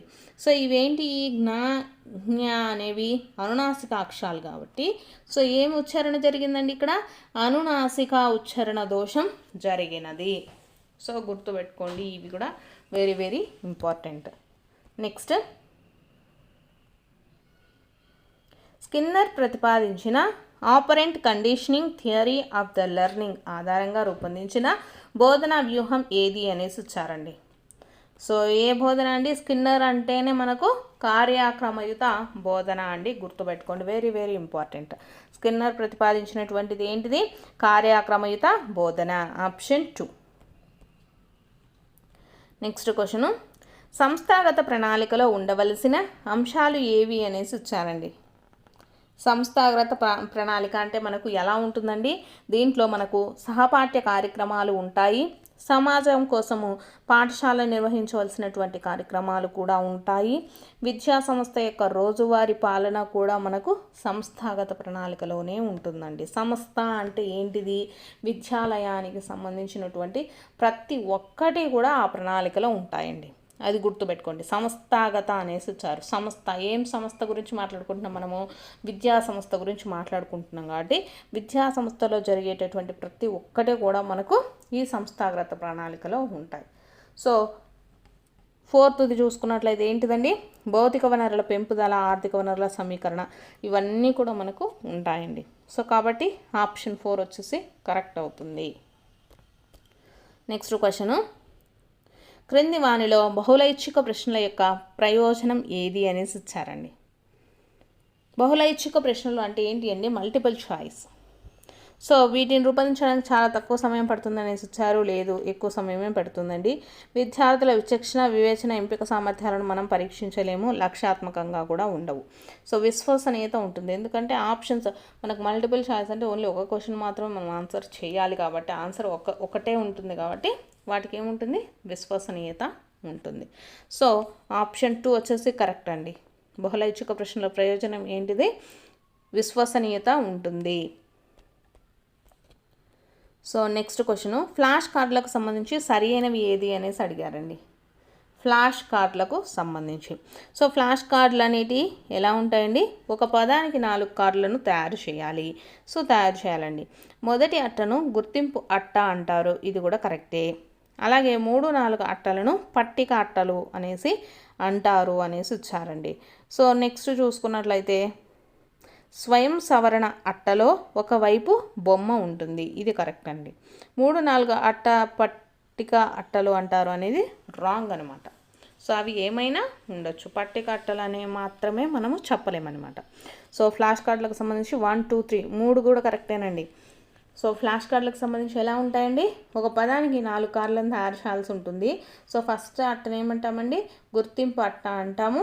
అలాగే స్వయం సవరణ అట్టలో వచ్చేసి ఒకవైపు బొమ్మ ఉంటుంది, ఇంకోవైపు దానికి సంబంధించినటువంటి పదం కానీ అర్థము అటువంటివన్నీ ఉంటాయండి. సో కాబట్టి ఓన్లీ ఆప్షన్ 4 మాత్రమే కరెక్ట్. నెక్స్ట్ ఇంగ్లీష్కి సంబంధించిన క్వశ్చన్స్ అయితే చూద్దాము. First question, my experience as an Everester has provided me with the inspiration to face life's painful experience resolutely అనేసి ఇచ్చారండి. సో చూస్ ద సినోనియం అయితే అడిగారు. సో పెయిన్ఫుల్ ఎక్స్పీరియన్సెస్, పెయిన్ఫుల్ అంటే painful experiences అంటే ఏంటిదండి? కష్టపడడం, అంటే ఎక్కువగా డిఫికల్టీస్ ఫేస్ చేయడం అని. సో ఇక్కడ చూసుకున్నట్లయితే ఆర్డీల్ అండి. ఆర్డీల్ వచ్చేసి మనకు కరెక్ట్ సినోనియం వర్డ్ అవుతుంది. ఆర్డీల్ అంటే మీన్స్ వెరీ పెయిన్ఫుల్ అండి. ఇక్కడ మనకు ఎలేషన్ అంటే ఫీలింగ్ జాయ్ఫుల్ అండి. ఎలేషన్ మీన్స్ జాయ్ఫుల్. అలాగే ఇక్కడ బ్లిస్ అనేసి ఇచ్చారు. బ్లిస్ కూడా మనకు గ్రేట్ జాయ్ అనేసటువంటి మీనింగే వస్తుంది. నెక్స్ట్ రిలీఫ్ అవ్వడం అంటే రిలాక్స్ అవ్వడం. సో ఈ 3 కూడా మనకు యాంటోనియమ్స్ అవుతాయండి, సినోనియమ్స్ అవ్వవు. సో కాబట్టి ఆప్షన్ 1 వచ్చేసి కరెక్ట్ ఆన్సర్. నెక్స్ట్ క్వశ్చన్ అయితే చూద్దాము. The incidents of his childhood showcased his courage అనేసి ఇచ్చారండి. ఇక్కడ మనకు చూసుకున్నట్లయితే యాంటోనియం ఆఫ్ షోకేస్డ్ అనేసి అడిగారు. సో షోకేస్ చేయడము అంటే మనకు ఏంటిదండి అర్థము? చూపించడము అనేసి వస్తుంది. సో ఇక్కడ యాంటోనియం అడుగుతున్నారు. హైలైటెడ్, అలాగే మేనిఫెస్టెడ్, అడ్వర్టైజ్డ్ అంటే అర్థం ఏంటిదండి? నథింగ్ బట్ షోకేస్డ్ అనమాట, అంటే క్లియర్గా చూపించటము అనేటటువంటి మీనింగ్లో వస్తాయి. సో ఈ 3 కూడా సినోనియమ్స్ అవుతాయండి. ఏమవుతాయి? సినోనియమ్స్. షోకేస్డ్కి సినోనియమ్స్ ఏంటి అండి? Highlighted, manifested, advertised. సో ఇక్కడ మనకు కాన్సీల్డ్ అనేసి ఇచ్చారు. షోకేస్డ్కి యాంటోనియం వర్డ్ ఏమవుతుందండి? కాన్సీల్డ్. ఆప్షన్ 4. కాన్సీల్డ్ మీన్స్ హైడ్ అండి. హైడ్ చేయడం అంటే చూపించకపోవటము. సో కాబట్టి హైడ్ చేయడము ఆర్ సీక్రెట్గా ఉంచటము ఇవన్నీ కూడా మనకు కాన్సీల్డ్ అనేదానికి మీనింగ్స్ అవుతాయి. సో ఆప్షన్ 4 వచ్చేసి రైట్ ఆన్సర్ అవుతుంది. నెక్స్ట్ది చూసుకుందాము. The police told me suspects to dash their pockets and place all items on the table అనేసి చెప్పారు. సో పోలీసులకి అక్కడ సస్పెక్ట్స్ ఉంటారు కదా, సో వాళ్ళకి ఏం చెప్పారు? వాళ్ళ పాకెట్స్లో ఉండేటటువంటి ఐటమ్స్ అన్నిటిని కూడా టేబుల్ మీద పెట్టండి అని చెప్పారు. సో క్లీనప్ అంటే తుడచడం, సో ఇది కాదు. ఫిల్ ఇన్ అంటే మనము ఏమైనా ఫిల్ చేసుకోవడం, సో కాబట్టి ఫిల్ ఇన్ అనేది కూడా రాదు. టేక్ ఆఫ్ అనేది కూడా రాదండి. టేక్ ఆఫ్ అంటే ఏంటిదండి? సో అక్కడి నుంచి వెళ్ళిపోవడం, ఆ విధంగా వస్తుంది అర్థం. ఎంటీ అవుట్ అంటే అర్థం ఏంటిదండి? వాళ్ళ దగ్గర ఉండేటటువంటి మొత్తం కూడా టేబుల్ మీద పెట్టండి అనే అర్థమే వస్తుంది ఎంటీ అవుట్ అంటే. సో కాబట్టి ఇక్కడ కరెక్ట్ ఫ్రేజల్ వర్బ్ ఏమవుతుంది? ఆప్షన్ 4. నెక్స్ట్ది my dash did not ring this morning and I did not wake up till 9 AM అనేసి వచ్చారు. 9:30 AM. So choose the correct compound word అడిగారండి. సో కాంపౌండ్ వర్డ్ అంటే ఏంటిదండి? జంట పదాలు. సో రెండు కంబైన్డ్గా ఉండాలి, రెండు వర్డ్స్. సో క్లాక్ వర్క్ అనేది ఉండదు. సో మనకు అలారం క్లాక్ కరెక్ట్ ఆన్సర్ అవుతుంది. అలారం అనేది ఒకటి, క్లాక్ అనేది ఒకటి. ఇది మనకు కాంపౌండ్ వర్డ్ అవుతుందండి. మొబైల్ అనేది కాంపౌండ్ వర్డ్ కాదు. అలారమ్స్ క్లాక్ అనేది అసలు ఉండదు వర్డ్ అనేది. సో కాబట్టి ఏమవుతుంది? Option 2 is the right answer. Next question, he is very soci అనేసి ఇచ్చారు. సో మనకు ఏమడిగారు? Choose the most appropriate word ending to complete the following sentence అనేసి ఇచ్చారండి. సో ఫస్ట్ చూసుకుంటే సొసైటీ. సో ఇక్కడ మనకు పర్సన్ని గురించి తెలియజేస్తున్నారు. సో కాబట్టి సొసైటీ అనేది మనకు రాదు. సోషియబుల్ అనేసి ఇచ్చారండి. సోషియబుల్ అంటే ఏంటిదండి? ఇక్కడ ఫ్రెండ్లీగా ఉండడం అని. షీ ఈజ్ వెరీ సోషియబుల్ అంటే ప్రతి ఒక్కరితో కలిసిపోయేటటువంటి మనస్తత్వం కలిసినటువంటి వాళ్ళని సోషియబుల్ అనేసి చెప్తామండి. సో ఆప్షన్ 2 కరెక్ట్ అవుతుంది. సోషియాలజీ అంటే అదొక స్టడీ ఆఫ్ సొసైటీని సోషియాలజీ అంటాం. సో ఇది కూడా రాంగ్. నెక్స్ట్ సోషిజం అంటే ఇదొక పాలిటిక్స్కి సంబంధించి, కాబట్టి ఇవన్నీ కూడా కాదు. హీ ఈజ్ వెరీ సోషియబుల్ అనేది మనకు కరెక్ట్ వర్డ్ అనేది అవుతుందండి. Next question, identify the correct collocation అనేసి ఇచ్చారు. కొలకేషన్ మీన్స్ జంట పదాలండి, పక్కనే వస్తాయి కదా, సో అవి అనమాట. సో క్విక్ ట్రైన్ ఉండదు, స్పీడీ ట్రైన్ ఉండదు, ర్యాపిడ్ ట్రైన్ ఉండదు, ఫాస్ట్ ట్రైన్ అనేది మనకు కరెక్ట్ కొలకేషన్ అండి. సో ఆప్షన్ 4 మాత్రమే correct. నెక్స్ట్ది, we use dash to enclose the exact words of a speaker, a quotation or sayings. So ఎవరైనా స్పీకర్స్ ఏవైనా కొటేషన్స్ ఇచ్చినప్పుడు సో మనం వాటిని దేంట్లో ఉంచుతామండి? ఇక్కడ పారాంథసిస్ అంటే మనకు బ్రాకెట్లు, క్వటేషన్ మార్క్స్ అంటే ఇన్విటెడ్ కామాసు, సెమీ కోలన్స్, అలాగే అఫాస్టఫీ అనేసి ఇచ్చారండి. అఫాస్టఫీ అంటే ఇలా ఉంటుంది. సో ఇప్పుడు మనకు ఎవరైనా స్పీకర్స్ కొటేషన్స్ ఇచ్చినప్పుడు దేంట్లో పెడతారండి? ఎవరైనా సరే కొటేషన్ మార్క్స్లోనే పెడతారు. సో కాబట్టి ఆప్షన్ 2 కరెక్ట్ అండి. Next question, choose the correct sequence of the word in which they appear in the dictionary అనేసి ఇచ్చారండి. సో డిక్షనరీ వర్డ్స్లో మనం డిక్షనరీలో ఈ వర్డ్స్ అనేవి ఎలా ఉంటాయి ఫామ్. సో ఫస్ట్ చూసుకున్నట్లయితే గిగిల్స్ ఉంటుందండి. So option D. తర్వాత గ్లార్డ్, నెక్స్ట్ చూసుకున్నట్లయితే గ్రూపు, తర్వాత గ్రోల్డ్. So option 2 correct. Next question, in a letter to the editors of A news paper the language used can be అనేసి ఇచ్చారండి. In a letter to the editor of A news paper the language used can be ఎలా ఉండాలండి? Language ఫార్మల్లోనే ఉండాలి. ఎలా ఉండాలి? ఫార్మల్గా ఉండాలి. So కాబట్టి option 1 వచ్చేసి కరెక్ట్ అండి. Next, if you do not hurry you will miss the train అనేసి ఇచ్చారు. Identify the sentence which is the correct transformation of the above complex sentence into A compound sentence అనేసి ఇచ్చారండి. So మనకు compound sentence అంటే అవి ఎలా ఉంటాయండి? Compound sentence ఎప్పుడు అయినా సరే మనకు దేంతో స్టార్ట్ అవుతాయి? ఆర్, అండ్, బట్ ఇవి మనకు కాంపౌండ్ సెంటెన్స్ని ఫామ్ చేస్తాయి. సో ఇక్కడ ఇచ్చినటువంటి ఆప్షన్స్లో అన్లెస్, యాజ్ ఉన్నాయండి. సో ఈ రెండు కూడా మనకు కాంప్లెక్స్ సెంటెన్స్కి సంబంధించిందే. అన్లెస్, యాజ్ అనేటి ఏంటి అండి? కాంప్లెక్స్ సెంటెన్స్కి సంబంధించినవి. సో ఈ రెండు ఆప్షన్స్ కావు. మనకి ఏం ఫామ్ చేయమన్నారు? కాంపౌండ్ సెంటెన్స్ ఫామ్ చేయమన్నారు. సో ఇక్కడ చూసుకున్నట్లయితే ఇక్కడ you do not hurry and you will miss the train అనేసి ఇచ్చారు. సో ఇచ్చినటువంటి దాన్ని చూసుకొని మనకు ఇక్కడ two complete independent stars connected by coordinate conjunction only or అండి. Only or. You must hurry. ఇక్కడ టూ కూడా contains two complete. You must hurry, you will miss the train. So ఇలా ఉన్నప్పుడు మనము ఎటువంటి కోఆర్డినేట్ కంజంక్షన్ యూజ్ చేస్తాము? Compulsory కూడా are అనేటటువంటి దాన్ని యూజ్ చేస్తామండి. సో ఆప్షన్ 4 వచ్చేసి కరెక్ట్ ఆన్సర్ అవుతుంది. Next, choose the sentence with the correct verb form అనేసి ఇచ్చారండి. సో ఇక్కడ మనకు I cannot read these books, I have 800 pages అనేసి ఇచ్చారు. సో ఇక్కడ మనకు ఒక బుక్ గురించి ఇవ్వడం జరిగింది. సో ఆ బుక్లో ఎన్ని పేజెస్ ఉంటాయి? 800 పేజెస్ ఉంటాయి అనేసి మనకు అర్థమైందనమాట.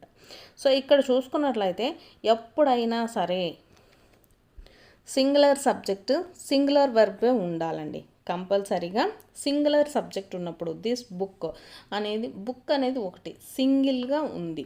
సో సింగిల్గా ఉన్నప్పుడు దానికి మనము ఫ్రేజ్ కూడా ఎప్పుడైనా సరే దానికి యూజ్ చేసేటటువంటిది ఎప్పుడైనా సరే సింగులర్ వర్బే ఉండాలండి. సో ఏముండాలి? హ్యాజ్ అనేది కంపల్సరీ ఉండాలి. సో ఇక్కడ I cannot read these books అనేసి ఉండకూడదు. సో ఇక్కడ మనకు కాబట్టి ఇది రాంగ్ అవుతుందండి. ఇక్కడ చూసుకున్నట్లయితే మిగిలినవి కూడా అంతే. దిస్ బుక్ అనేసి ఇచ్చినప్పుడు ఇక్కడ హ్యాజ్ అనేది రావాలి. సో ఆప్షన్ 3 మాత్రమే కరెక్ట్ అవుతుంది. నెక్స్ట్,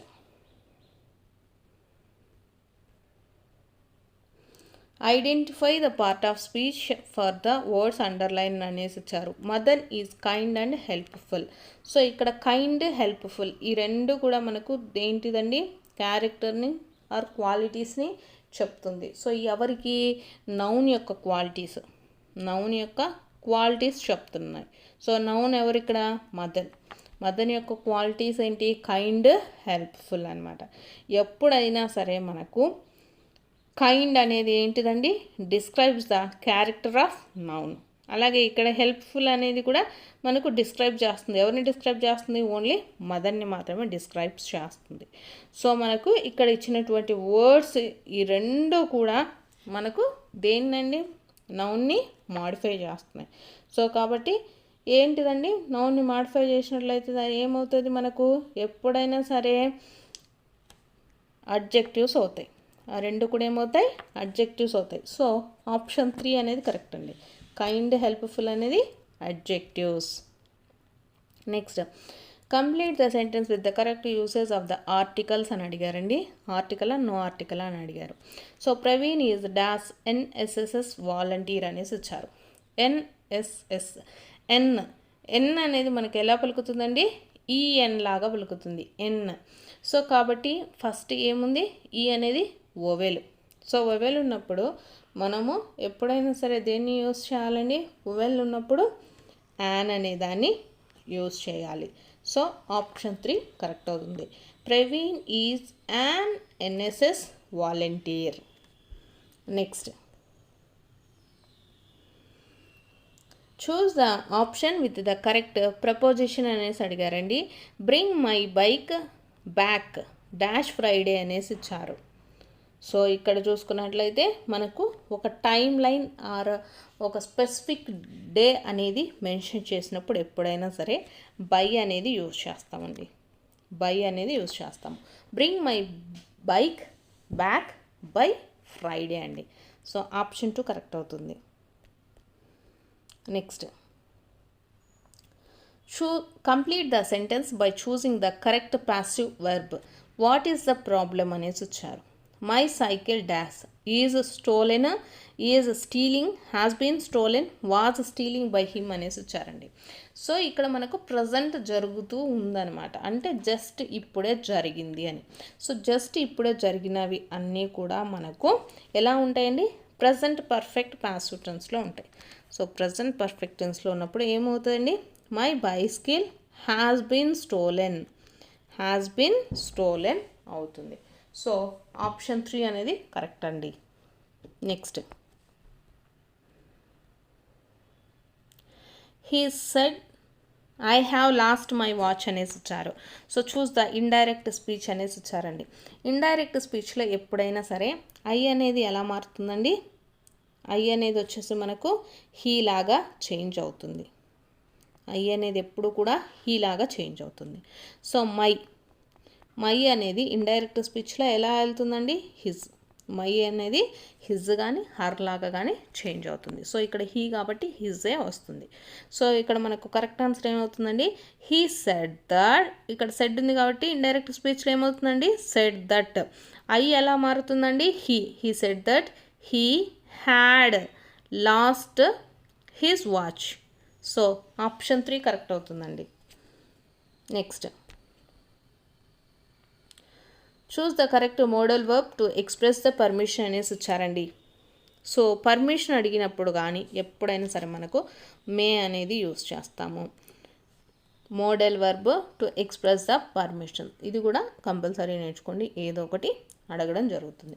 ఎక్స్ప్రెస్ ద పర్మిషన్ అంటే ఇప్పుడు may I come in, you may leave అంటుంటాం కదా. సో ఇలా, సో పర్మిషన్ ఇచ్చినప్పుడు కానీ లేకపోతే మనకు మనం అడిగేటప్పుడు కానీ ఏమైనా ఎలా ఉంటుందండి, దేన్ని యూజ్ చేస్తాము, మే అనేటటువంటి మోడల్ వర్బ్ని యూజ్ చేస్తాము. మస్ట్ అంటే మనకు నెసెసిటీని చెప్పేటప్పుడు ఆర్ ఎక్స్ప్రెస్ ద ఆబ్లిగేషన్స్ అండి. ఆబ్లిగేషన్స్ చెప్పేటప్పుడు మనకు ఎప్పుడైనా సరే మస్ట్ అనేది యూజ్ చేస్తాము.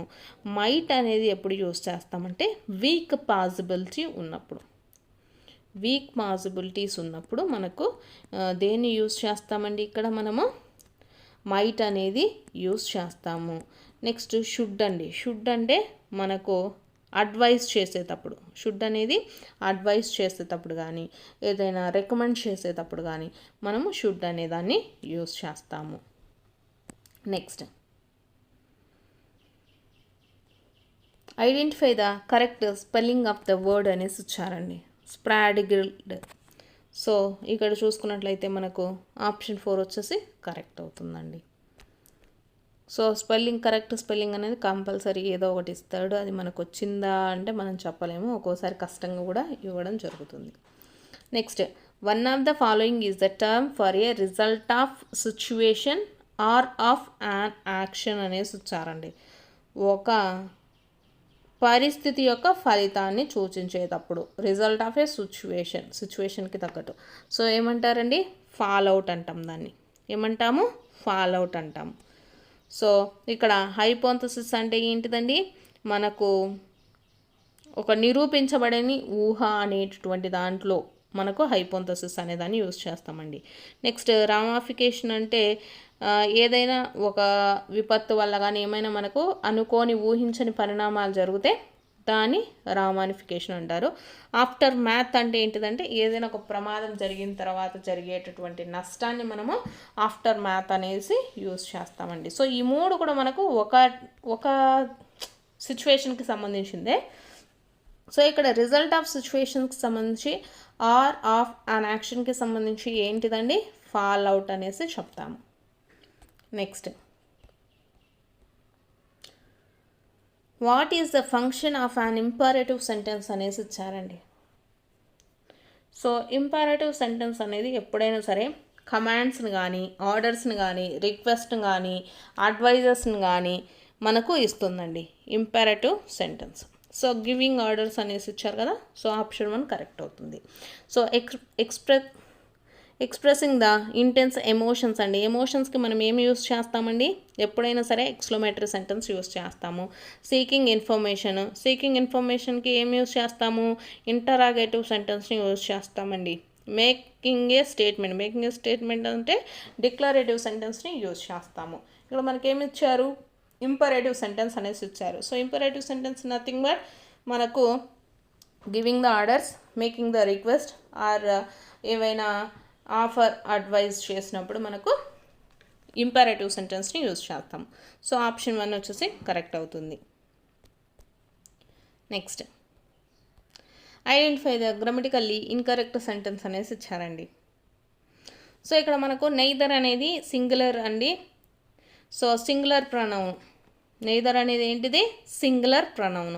సో ఇది ఎప్పుడు కూడా మనకు సింగులర్ వర్బ్ను మాత్రమే ఉంటుందండి. సో కాబట్టి ఇక్కడ లుక్ అనేది రాంగ్, లుక్స్ అనేది ఉండాలండి. సో కాబట్టి ఇది మనకు ఇన్కరెక్ట్ సెంటెన్స్ అనేది అవుతుంది. సో ఇక్కడ డాటర్స్ అనేసి ఇచ్చారు కాబట్టి సో లుక్స్ ఉండాలి కంపల్సరీగా కూడా. సో కాబట్టి ఆప్షన్ 3 అనేది రాంగ్ అండి. నెక్స్ట్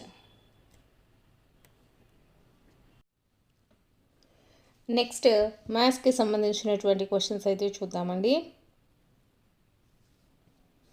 సో ఇక్కడ చూసుకున్నట్లయితే ఫస్ట్ క్వశ్చను, నేను ఒక 9 అంకెల సంఖ్యను 10 కోట్ల స్థానంలో ఉన్న అంకె 100ల స్థానంలో ఉన్న అంకె కన్నా 2 ఎక్కువ అనేసి ఇవ్వడం జరిగింది. మరియు 1000ల స్థానంలో ఉన్న అంకె 100ల స్థానంలో కన్నా 5 ఎక్కువ, 100ల స్థానంలో ఉన్న అంకె 3 మరియు మిగిలిన స్థానాలలో 1 ఉన్నా నేనెవరిని అనేసి అడిగారండి.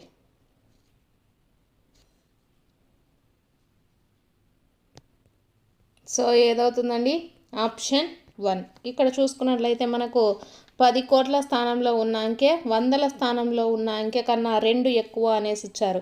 సో ఇక్కడ మనకు 100ల స్థానంలో ఉన్నటువంటి అంకె కంటే కోట్ల స్థానంలో ఉండేటటువంటి అంకె మనకు 2 ఎక్కువ అండి, అంటే 5 అనేది అవుతుంది. సో కాబట్టి మనకు కరెక్ట్ ఆన్సర్ వచ్చేసి ఆప్షన్ 1. నెక్స్ట్ చూసుకున్నట్లయితే 1,01,101,000 క్రింది వాటిలో సంఖ్యా రూపంలో రాయండి అనేసి ఇచ్చారండి. సో దీంట్లో చూసుకున్నట్లయితే మనకు 1,00,00,000 అలాగే 1,01,01,000. సో ఇది మనకు ఆప్షన్ 3 అనేది కరెక్ట్ అవుతుందండి. నెక్స్ట్ క్వశ్చన్ చూసుకున్నట్లయితే, ఒక దుకాణదారుడు పట్టు చీరను 8,500కి అమ్మడం వలన 1,500 లాభం అయితే వచ్చింది. నూలు చీరను 1,000కి అమ్మడం వలన 200 నష్టం అయితే పొందాడండి.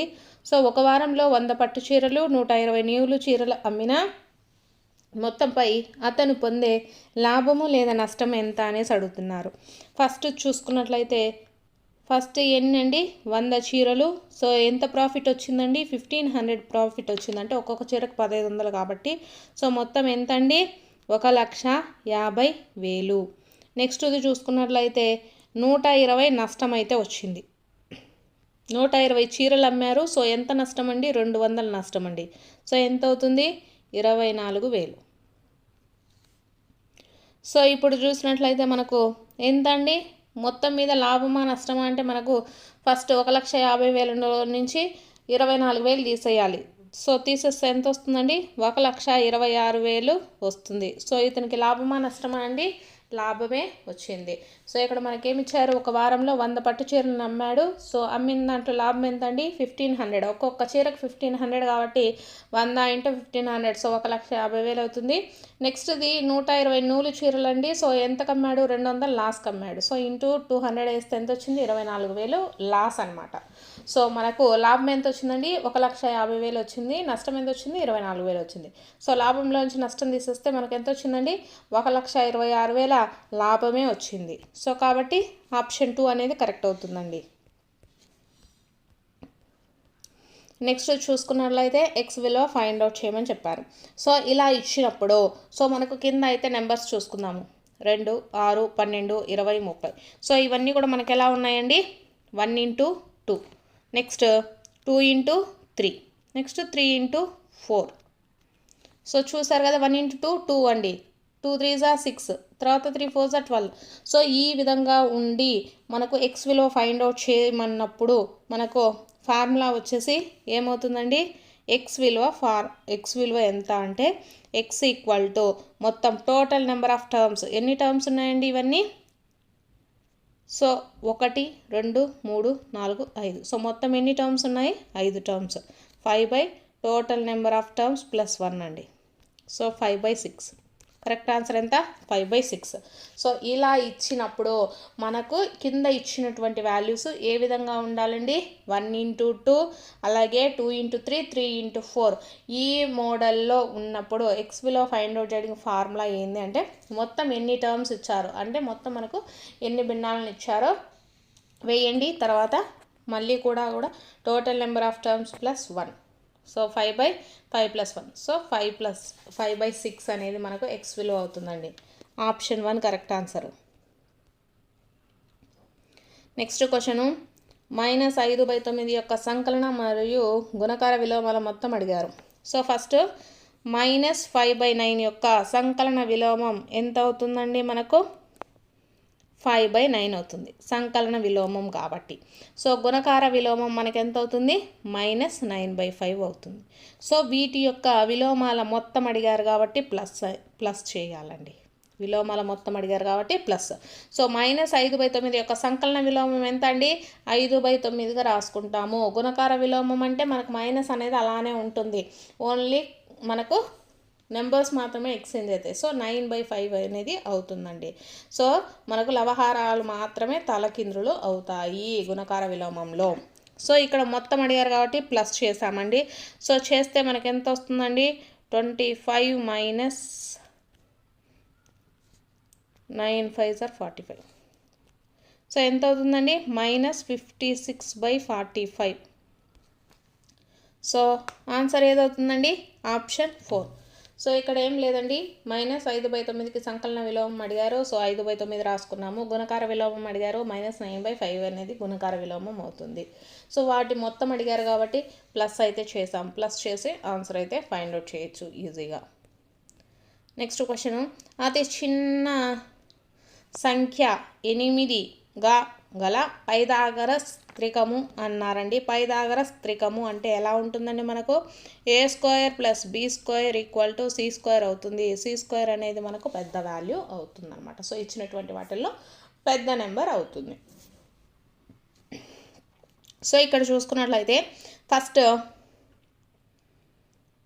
8² అండి, 8² ఎంత అవుతుంది, 64. నెక్స్ట్ బి అనేది 15 తీసుకున్నాం అనుకోండి, 15² ఎంత అవుతుందండి, 225 అవుతుంది. ఇక్కడ 17² తీసుకున్నాం అనుకోండి, ఎంత అవుతుంది, 289 అవుతుంది. సో ఇచ్చినటువంటి వాటిల్లో ఆప్షన్ 2 అనేది పైథాగరస్ త్రికములు అవుతాయి. ఎందుకు అంటే మనకు ఏ వాల్యూ 8 తీసుకొని బి వాల్యూ 15 తీసుకున్నట్లయితే, సో 8² a² అడిగారు కాబట్టి a² ఎంత అవుతుందండి, 64. 15² ఎంత అవుతుంది, 225. సో a² + b², 64 + 225 ఎంత అవుతుందండి, 289 అవుతుంది. సో కాబట్టి ఇవి మనకు పైథాగరస్ త్రికముల కిందికి వస్తాయండి. Option 2 correct. నెక్స్ట్, ఒక పాఠశాల జట్టు గత సంవత్సరం 4 ఆటలు గెలవగా ఈ సంవత్సరం 6 ఆటలను గెలుచుకుంది. అయితే పెరుగుదల శాతం ఎంత అనేసి అడిగారండి. సో పెరుగుదల శాతం ఎంత అండి, మనకు 2 ఆటలు బై మొత్తం గత సంవత్సరం ఆటలు ఎన్ని, 4 × 100 అండి. పెరుగుదల శాతం అడిగారు కాబట్టి మొత్తం చూసుకున్నట్లయితే మనకు ఎంత పెరుగుదల ఎంత అండి, మనకు 2 ఆటలు పెరిగాయి కాబట్టి సో 2 అనమాట. సో 2 ఎన్ని ఆటలు గెలిచారు, సో 4 × 100. సో ఎంత అవుతుందండి, 50%. సో ఆప్షన్ 3 అనేది కరెక్ట్ అవుతుంది. నెక్స్ట్ క్వశ్చన్ చూసుకున్నట్లయితే ఏ, బీలు ఇద్దరు కలిసి ఒక పనిని 12 రోజుల్లో పూర్తి చేయగలరు. ఏ ఒక్కడే ఆ పనిని 20 రోజుల్లో పూర్తి చేయగలిగిన బి ఒక్కడే ఆ పనిని పూర్తి చేయు రోజులు అనేసి అడిగారండి. సో ఇలా అడిగినప్పుడు ఇద్దరూ కలిసి చేసినటువంటి రోజులను మనం ఎక్స్ అనుకుందామండి. ఎక్స్ మీన్స్ a + b = 12 రోజులు అనుకుందాము.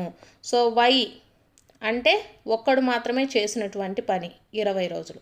సో ఇలా అడిగినప్పుడు మనకు ఫార్ములా బీని కనుక్కోవాలి అంటే ఫార్ములా వచ్చేసి x into y by x minus y అండి. So 12 into 20 by y minus x అండి. ఇక్కడ y minus x, x into y by y minus x. So 20 minus 12. So ఎంత అవుతుందండి? 240/8 అండి. 8తో చేసినప్పుడు మనకి ఎంత వస్తుంది? 30. సో ఆన్సర్ వచ్చేసి ఆప్షన్ 3 అండి. సో ఇలా ఇచ్చినప్పుడు అండి ఏ కామ బీలు ఇద్దరు కలిసి ఇంత టైంలో పనిచేస్తారు, ఒక్కరు ఈ టైంలో పనిచేస్తారు, సో ఇంకొకరు ఎంత టైంలో పనిచేస్తారు అని అడిగినప్పుడు ఫార్ములా ఏమవుతుందండి? X into y by y minus x అండి. సో ఇలా చేస్తే ఆన్సర్ అయితే ఈజీగా వస్తుంది. నెక్స్ట్ క్వశ్చన్, 5,000కు 12% రేటున 2 సంవత్సరములకు సామాన్య వడ్డీకి అప్పు తీసుకున్న 2 సంవత్సరముల తర్వాత కట్టవలసిన సామాన్య వడ్డీ ఎంత అనేసి అడిగారు. సో సింపుల్ ఇంట్రెస్ట్ అండి. Simple interest equal to PTR/100. So ఇక్కడ పీ వాల్యూ ఎంత అండి? 5,000 ఇంటూ టైం ఎంత? 12. టైం వచ్చేసి మనకు 2 సంవత్సరాలండి. ఇక్కడ ఆర్ వచ్చేసి 12/100. సో ఈ 2 zeros ఈ 2 zeros క్యాన్సిల్ అండి. సో ఎంత వస్తుంది మనకు? 50 ఇంటూ 24 1200, 1200 అండి. సో ఆప్షన్ 2 వచ్చేసి కరెక్ట్ ఆన్సర్. సింపుల్ ఇంట్రెస్ట్ అండి. సింపుల్ ఇంట్రెస్ట్కి SI equal to PTR/100. So అక్కడ ఇచ్చినటువంటి వాల్యూస్ని సబ్స్టిట్యూట్ చేయడమే ఆన్సర్ అయితే వచ్చేస్తుంది. నెక్స్ట్ క్వశ్చన్, ఒక స్కూటర్ 80 కిలోమీటర్లు ప్రయాణించడం కొరకు 2 లీటర్ల పెట్రోల్ అయితే అవసరమవుతుందంట. సో 1 కిలోమీటరు ప్రయాణించుటకు ఎంత అనేసి అడుగుతున్నారు. సో ఎంత అండి? సో ఇక్కడ మనకు మిల్లీ లీటర్లలో కనుక్కోమన్నారు. సో 1 కిలోమీటరు ఈక్వల్ టు ఎంత అండి? 2 లీటర్స్ అవసరమవుతాయి కాబట్టి 2 లీటర్స్ అంటే మనకు మిల్లీ లీటర్లో మారుస్తే ఎంత అవుతుందండి? 2000 ml by 80 kilometres. 80 kilometres. So ఎంత అండి? 25. సో 1 కిలోమీటర్కి మనకి ఎంత పెట్రోల్ అవసరము? 25 మిల్లీ లీటర్స్. సో ఆప్షన్ 1 వచ్చేసి రైట్ ఆన్సర్ అండి. నెక్స్ట్ క్వశ్చన్, పటచిత్రాలలోని దోషమేమి అనేసి అడిగారు. పటచిత్రాలలో దోషాలు ఏంటంటే మనకు పటచిత్రాలంటే ఎక్కువ గీయాల్సి ఉంటుంది, అలాగే చిత్రాలు స్పష్టంగా ఉండకపోవచ్చు ఒక్కొక్కసారి, అలాగే చిత్రంలో భాగానికి సరైన విలువలను ఊహించడం కూడా కష్టంగానే ఉంటుంది. సో ఈ పైవన్నీ కూడా అండి. సో మనకు ఆప్షన్ 4 వచ్చేసి రైట్ ఆన్సర్ అవుతుంది. పటచిత్రాలలో ఉండే దోషాలు ఏంటివండి? పైవన్నీ కూడా. Option 4 is the right answer. Next question, ఇక్కడ 10 మంది విద్యార్థుల ఎత్తును సెంటీమీటర్లలో కొలిచారు మరియు ఫలితాలు అయితే ఈ క్రింది విధంగా ఉన్నాయనేసి ఇచ్చారు. సో ఎత్తుల వాల్యూ ఇచ్చారండి ఒక్కొక్కరిది. సో ఎంతమంది విద్యార్థులు సగటు ఎత్తు కంటే ఎక్కువ ఎత్తు కలిగి ఉన్నారు అనేసి ఇచ్చారు. సో ఇక్కడ మనకు ఫస్ట్ సగటు కనుక్కోవాలండి. ఫస్ట్ సగటు కనుక్కోవాలి. సగటు కనుక్కోవాలంటే ఏం చేయాలి? మొత్తం అందరూ ఉన్నటువంటి ఎత్తులు బై విద్యార్థుల సంఖ్య వేయాలి. సో ఇక్కడ ఇచ్చినటువంటి నెంబర్స్ అన్నిటిని కూడా ప్లస్ చేయాలండి. చేస్తే ఎంత వస్తుంది మనకు? 1390 వస్తుందండి. బై ఎంతమంది ఉన్నారు? మొత్తము 10 మెంబర్స్ ఉన్నారు. సో సగటు ఎంత వస్తుందండి? 139. సగటు ఎత్తు ఎంత? 139. అయితే ఇక్కడ మనల్ని ఏమడిగారు? ఎంతమంది విద్యార్థులు సగటు ఎత్తు కంటే ఎక్కువ ఎత్తు కలిగి ఉన్నారు అనేసి ఇచ్చారు. సో ఇక్కడ మనం చూసుకున్నట్లయితే ఫస్ట్ది 140 అండి. సో సగటు ఎత్తు కన్నా ఎక్కువే ఉన్నారు. నెక్స్ట్ 155 వీళ్ళు కూడా. నెక్స్ట్ ఇది మనకు ఈక్వల్ అవుతుందండి. నెక్స్ట్ 147 ఎక్కువే అవుతుంది. 152 ఇది కూడా ఎక్కువ అవుతుంది. వీళ్ళందరూ కూడా తక్కువగానే ఉన్నారు. ఓన్లీ 4 మెంబర్స్ మాత్రమే సగటు ఎత్తు కంటే ఎక్కువ ఎత్తు కలిగి ఉన్నారు. సో ఆప్షన్ 3 వచ్చేసి కరెక్ట్ ఆన్సర్ అవుతుందండి. నెక్స్ట్ క్వశ్చన్,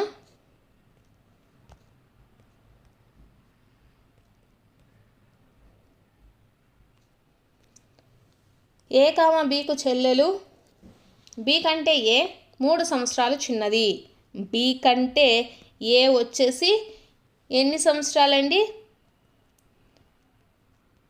బి కంటే ఏ ఎలా ఉంటుందండి? బి కంటే 3 సంవత్సరాలు చిన్నదంట. సో ఇక్కడ బి యొక్క ప్రస్తుత వయసు ఎంత? పి సంవత్సరం అనుకుంటే బి యొక్క ప్రస్తుత వయసు ఎంత అన్నాడు? పి అన్నాడండి. అనుకుంటే బి పరంగా ఏ ప్రస్తుత వయసు. సో ఏ వాల్యూ ఎంత అవుతుందండి మనకు? P-3 అవుతుంది. సో ఆప్షన్ 1 వచ్చేసి కరెక్ట్ ఆన్సర్. ఇవి జస్ట్ మనకు అప్లికేషన్ టైప్ క్వశ్చన్స్ అండి. మనకు క్వశ్చన్లోనే ఉంటుందండి, మొత్తం కూడా క్వశ్చన్ అర్థం చేసుకునే దాంట్లోనే ఆన్సర్ అనేది ఉంటుంది. ఆప్షన్ 1 కరెక్ట్ అండి.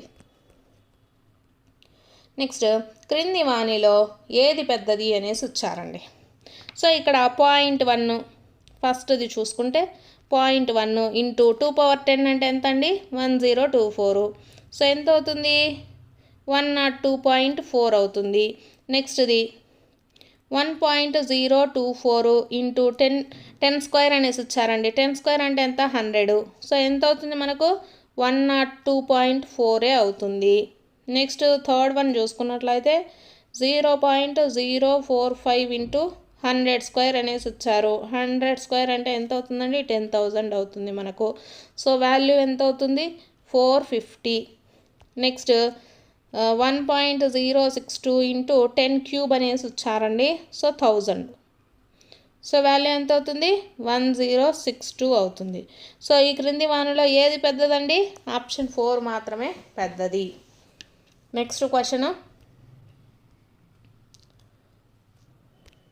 ఇక్కడ a+b = 3ab అనేసి ఇచ్చారు, ab = 15 అనేసి ఇచ్చారు. సో ఇక్కడ మనకు 3ab వాల్యూ ఎంత అవుతుందండి? 3 × 15. సో ఎంత అవుతుంది? 45 అవుతుంది. ఎంత అవుతుంది? 45 అండి. సో a+b వాల్యూ ఎంత మనకు? 45.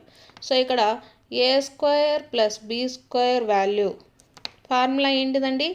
a+b² - 2ab. సో ఇక్కడ చూసుకున్నట్లయితే మనకు ఎంత అవుతుందండి?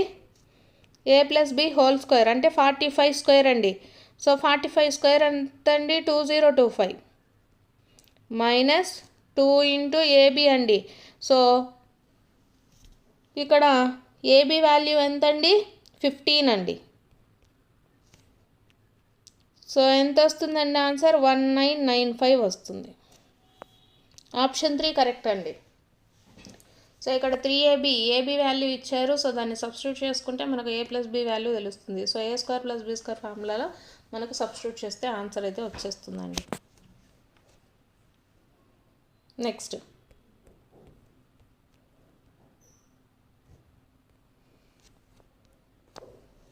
(4x + 3 = 112 + 8 × 4 x అయిన 18x⁴x వాల్యూ ఎంత అనేసి ఇచ్చారండి. సో ఎక్స్ వాల్యూ అనేది మనము ఫైండ్ అవుట్ చేయాల్సి ఉంటుంది. సో ఇక్కడ చేయడం కష్టము. సో కరెక్ట్ ఆన్సర్ వచ్చేసి ఆప్షన్ 3 అండి, 81. సో ఎక్స్ వాల్యూస్ అన్నిటిని కూడా మనము ఇలా అంటే 4x ఇంటూ అలాగే 4³ అండి ఈక్వల్ ఎంత అవుతుంది? 112 + 8 × 4x. సో ఇక్కడ చూసుకున్నట్లయితే మనకు 4x ఇంటూ 4³ ఎంత అవుతుందండి? 64 మైనస్ ఇక్కడ 8 ఇంటూ 4x అండి ఈక్వల్ టు 112. సో ఈ విధంగా సింప్లిఫికేషన్ చేయండి, మీకు ఎక్స్ వాల్యూ వస్తుంది. ఈజీగా మనకు ఫైండ్ అవుట్ అయితే చేయొచ్చండి. నెక్స్ట్ క్వశ్చన్ వచ్చేసి ఏ తన పొలంలో ఉదయం 3:45 సాయంత్రం 3:55 పనిచేశాడు. అయితే అతను పొలంలో పనిచేసిన మొత్తం సమయం ఎంత అనేసి ఇచ్చారండి. సో ఫస్ట్ 3 అవర్స్ మొత్తం ఎంత అండి? 6 అవర్స్. నెక్స్ట్ 45 minutes + 55 minutes అండి ఎంత అవుతుంది మనకు? మొత్తము 100 minutes అండి. 100 minutes అంటే మనకు ఎంత అవుతుందండి? 1 hour 40 minutes. 1 hour 40 minutes. ఇక్కడ ఆల్రెడీ 6 అవర్స్ ఉన్నాయి. సో 6 అవర్స్, ఈ 6 అవర్స్ అలాగే 1 hour 40 minutes మొత్తం కలిపి ఎంత అవుతుందండి? 7 hours 40 minutes. 7 hours 40 minutes. So option 4 వచ్చేసి కరెక్ట్ అవుతుందండి. నెక్స్ట్ క్వశ్చన్, ఒక బాలుడు 7 సెంటీమీటర్ల వ్యాసార్థం ఉన్న వృత్తాకార డిస్క్ను 2 సమాన భాగాలు చేశాడు. ఒక్కొక్క అర్ధ వృత్తాకారంగా ఉన్న డిస్క్ చుట్టుకొలత ఎంత అనేసి ఇచ్చారండి. అర్ధ వృత్తాకార డిస్క్ చుట్టుకొలత ఫార్ములా వచ్చేసి మనకు πr + 2r అండి. πr + 2r అర్ధ వృత్తాకార డిస్క్ యొక్క ఫార్ములా. సో దీంట్లో మనకు చూసుకున్నట్లయితే పై అంటే ఎంత అండి, 22/7 ఇంటూ ఆర్ వాల్యూ ఎంత, మనకు వ్యాసార్థం 7 అని ఇచ్చారు, plus 2 × 7. So 7 7 cancel. So 22 + 14. So ఎంత అండి, 36 సెంటీమీటర్స్. Option 4 correct. అర్ధ వృత్తాకార డిస్క్ యొక్క చుట్టుకొలత ఫార్ములా వచ్చేసి πr + 2r అండి. ఆర్ వాల్యూ మనకు ఆల్రెడీ ఇచ్చారు 7 సెంటీమీటర్లు. సో దాన్ని సబ్స్టిట్యూట్ చేస్తే ఆన్సర్ వస్తుంది 36 సెంటీమీటర్స్. నెక్స్ట్ క్వశ్చను, దీర్ఘఘనాకారంలో గల ఒక గది లోపల కొలతలు 12 మీటర్స్ 8 మీటర్స్ × 4 మీటర్స్గా ఉన్నాయి. సున్నం వేయడానికి ఒక చదరపు మీటర్కి వచ్చేసి 5 రూపాయలు ఖర్చు అవుతుందంట. అయితే గది 4 గోడలకు గది పైకప్పుకు సున్నం వేస్తే మొత్తం ఎంత ఖర్చు అవుతుంది అనేసి ఇచ్చారండి. సో ఫస్ట్ వైశాల్యం చూసుకుందామండి.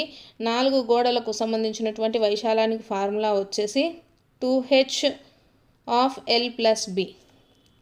సో ఇక్కడ మనకు హైట్ ఇచ్చారండి. మనకు హైట్ వచ్చేసి 4 మీటర్స్ అవుతుంది. హైట్ వచ్చేసి ఎంత, 4 మీటర్స్. అలాగే బ్రెడ్త్ ఎంత, 8 మీటర్స్.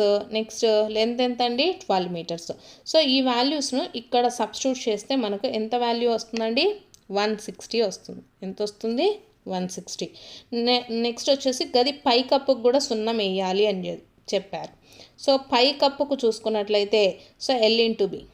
పైకప్పుకి వైశాల్యం ఎంత అండి, L × B.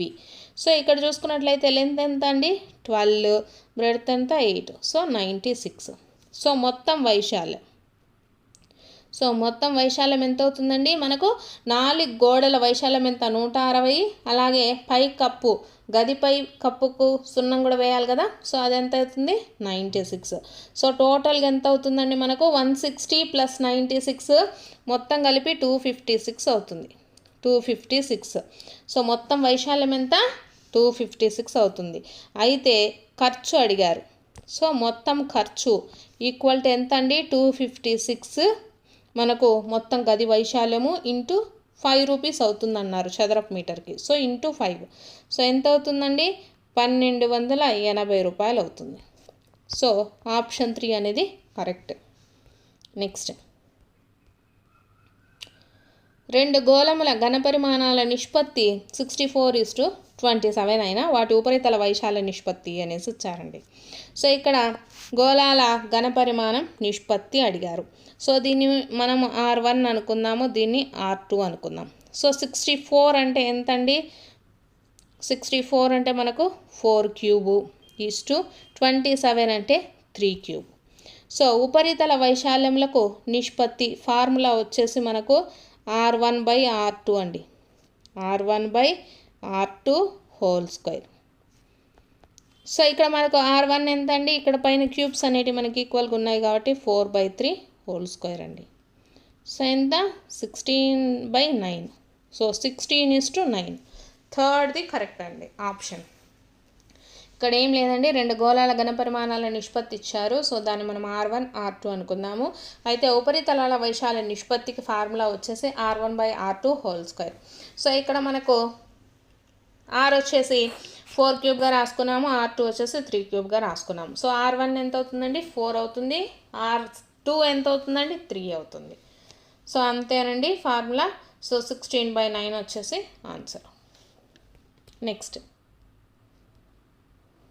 ఒక చతుర్భుజం యొక్క భుజాల మధ్య బిందువులలో ప్రతి బిందువును మిగిలిన మధ్య బిందువులకు కలిపినచో ఏర్పడిన పటంలో త్రిభుజాల సంఖ్య ఎంత అనేసి ఇచ్చారండి. సో ఎన్ని త్రిభుజాలు ఏర్పడతాయండి, మొత్తము 12 త్రిభుజాలు ఏర్పడతాయి. నెక్స్ట్, గోడ గడియారంలో 7 గంటల సమయం అయినప్పుడు నిమిషాల ముళ్ళు గంటల ముళ్ళు మధ్య ఏర్పడు కోణాలు ఏంటివి అనేసి అడిగారండి. సో మనకు గడియారం తీసుకున్నాము. సో 7 అంటే ఇక్కడ ఉంటుంది. సో 12 ఇక్కడ ఉంటుంది. సో ఇప్పుడు మనకు ఏ కోణం ఏర్పడుతుందండి, ఇక్కడ మనకు 90 డిగ్రీస్ 180 డిగ్రీస్ కంటే మనకు కొంచెం తక్కువ. సో మనకు ఎంత ఉంటుందండి ఇక్కడ 150 డిగ్రీస్ వరకు ఉండొచ్చు. సో కాబట్టి ఇది ఏమవుతుంది, అధిక కోణం అవుతుంది, అల్ప కోణం కాదు, అధిక కోణం అవుతుంది. అలాగే పరావర్తన కోణం అవుతుందండి. గోడ గడియారంలో 7 గంటల సమయం అయినప్పుడు నిమిషాల ముళ్ళు గంటల ముళ్ళు మధ్య ఏర్పడే కోణాలు ఏంటివండి, మనకు అధిక కోణము, పరావర్తన కోణము. నెక్స్ట్ చూసుకున్నట్లయితే ఏబీసీ త్రిభుజంలో సో ఏబి భుజము బి వైపునకు డి వరకు పొడిగించబడినది. AC bar equal to BC. So ఇక్కడ చూసుకున్నట్లయితే మనము ఒక ట్రయాంగిల్ అయితే తీసుకుందాము. సో ఆ ట్రయాంగిల్ ఏంటిదండి, ఏబిసి. సో వీళ్ళు ఇచ్చినట్టు బి వైపునకు డి అనేది పొడిగించబడినది. సో ఇక్కడ ఇవి ఈక్వల్గా ఉంటాయి. సో ఇప్పుడు మనకు ఈ కోణము, సో ఈ కోణాన్ని మనం ఏ కోణం అంటామండి, సారళ కోణం అంటాం. ఏ కోణం అంటాం దీన్ని, సారళ కోణము, 180 డిగ్రీస్ కోణము అంటాము. సో కాబట్టి ఆప్షన్ 4 వచ్చేసి కరెక్ట్ ఆన్సర్ అవుతుంది. నెక్స్ట్ సైన్స్ సోషల్కి సంబంధించినటువంటి క్వశ్చన్స్ అయితే చూద్దాము. వాహనాలు నడిపేటప్పుడు పెట్రోలు డీజిల్ ఆదా చేయుటకు సరికాని చిట్కా ఏది అనేసి అడుగుతున్నారండి. సో ఫస్ట్ సరైనవి చూద్దాము. సో మనకు వాహనాన్ని నడిపేటప్పుడు కానీ పెట్రోలు డీజిల్ ఏదో ఒకటి ఆదా చేయాలంటే ఏం చేయాలండి, వీలైనంత వరకు స్థిర వేగంతో ప్రయాణించాలి. అలాగే ట్రాఫిక్ సిగ్నల్ వద్ద వాహనాలు ఆగినప్పుడు ఇంజన్ అనేది ఆపివేయడం వల్ల కూడా మనకు పెట్రోలు డీజిల్ ఆదా అనేది అవుతుంది. అలాగే క్రమం తప్పకుండా వాహన నిర్వహణ అనేది చేయించాలి. సో కాబట్టి ఇవి 3 కూడా మనకు సరైనవి. సో ఇక్కడ మనకు టైర్లలో తక్కువ గాలి పీడనం ఉండేలా చూడడం వల్ల ఏమవుతుందండి, కార్ ఇంకా స్లోగా వెళ్తుంది. సో స్లోగా వెళ్ళడం వల్ల ఏమవుతుంది, మనకు ఎక్కువ పెట్రోల్ డీజిల్ అనేది అవసరం అవుతుంది అన్నమాట. సో కాబట్టి సరికానటువంటిది ఏంటిదండి, option 1. Next question,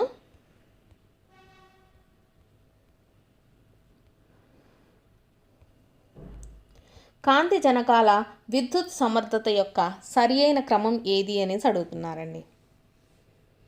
so first ఏంటిదండి, సాధారణ విద్యుత్ బల్బు, నెక్స్ట్ వచ్చేసి కాంపాక్ట్ ఫ్లోరసెంట్ బల్బులు, నెక్స్ట్ కాంతి ఉద్గార డయోడ్స్. సో కాబట్టి కరెక్ట్ ఆప్షన్ వచ్చేసి ఆప్షన్ 2 అండి.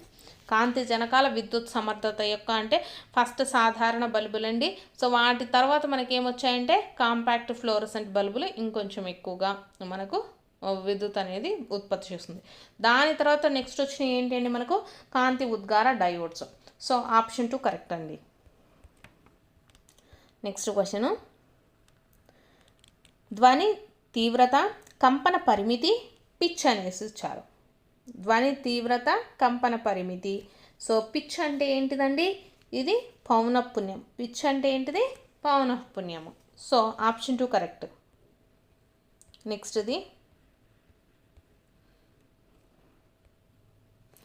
వేగము కాలము గ్రాఫు మరియు కాల అక్షము ద్వారా ఏర్పడిన వైశాల్యం యొక్క పరిమాణమును సూచించున్నది ఏది అనేసి ఇచ్చారండి. సో ఏంటిదండి పరిమాణాన్ని సూచించేది, స్థాన భ్రంశం అండి, స్థాన భ్రంశము, ఆప్షన్ 2. నెక్స్ట్ క్వశ్చన్ అండి, క్రింది వాటిలో సరి అయిన దానిని గుర్తించండి అనేసి ఇచ్చారండి. సో పెద్ద ప్రేగు వచ్చేసి మనకు 6 మీటర్లు ఉంటుందా అండి, ఉండదు. సో అలాగే పెద్ద ప్రేగు ముడతలు కలిగి 5 మీటర్లు ఉంటుందా, ఉండదు. సో చిన్న ప్రేగు గొట్టంలాగా ఉంటుందా అండి, గొట్టంలాగా ఉండదు.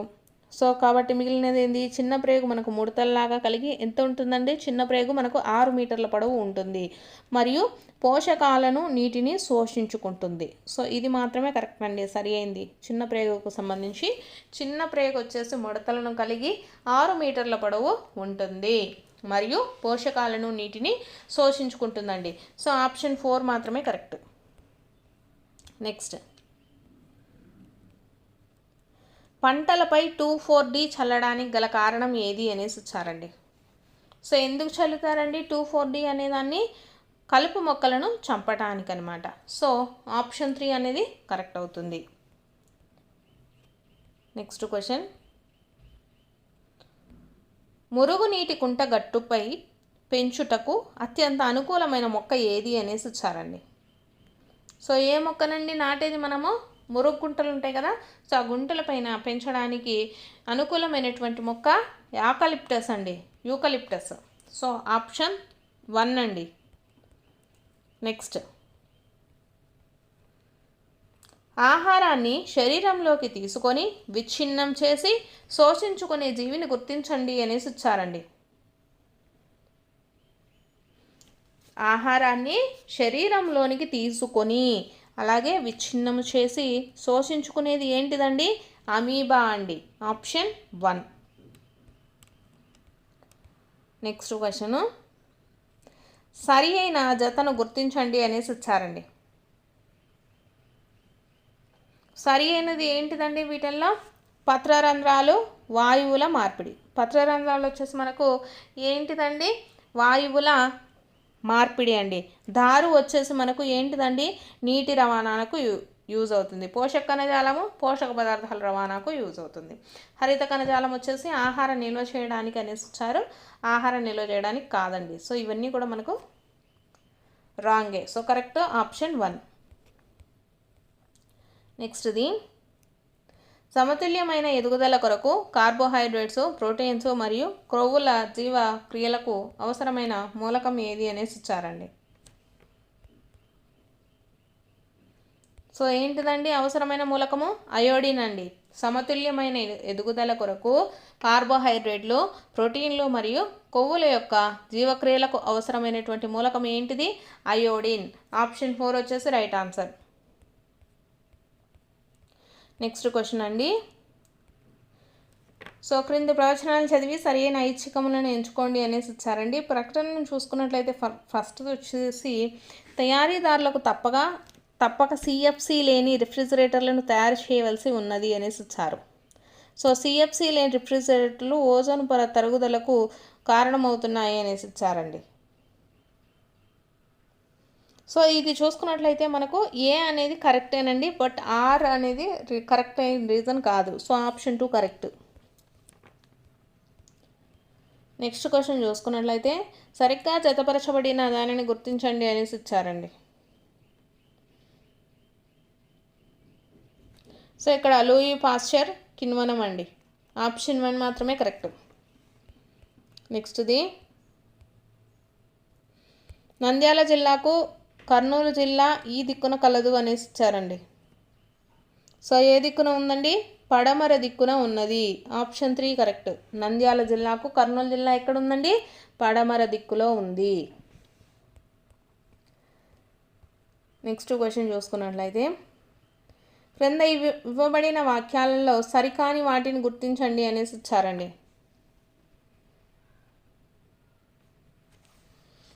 సో ఇక్కడ చూసుకున్నట్లయితే నేలపొర మందాన్ని నిర్ణయించడంలో కాలము పాత్ర ఉంటుంది అనేది కరెక్ట్ అండి. ఇక్కడ ఉండదు అనేసి ఇచ్చారు కాబట్టి రాంగ్. నెక్స్ట్, భౌగోళిక స్వరూపము మృత్తిక ఏర్పాటును నిర్ణయించును అనేసి ఇచ్చారు.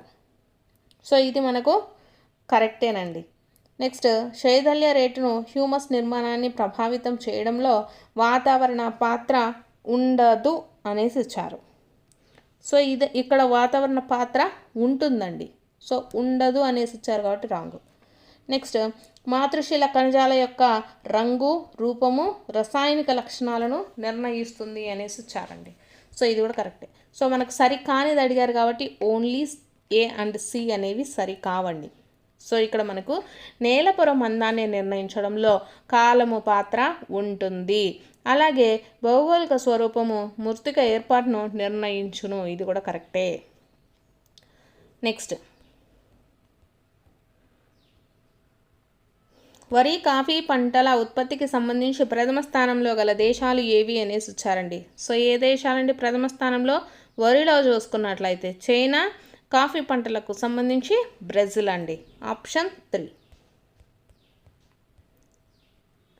నెక్స్ట్ క్వశ్చన్ చూసుకున్నట్లయితే ఇనుము, ఉక్కు కర్మాగారాలకు సంబంధించి సరికాని జతలను గుర్తించండి అనేసి ఇచ్చారు.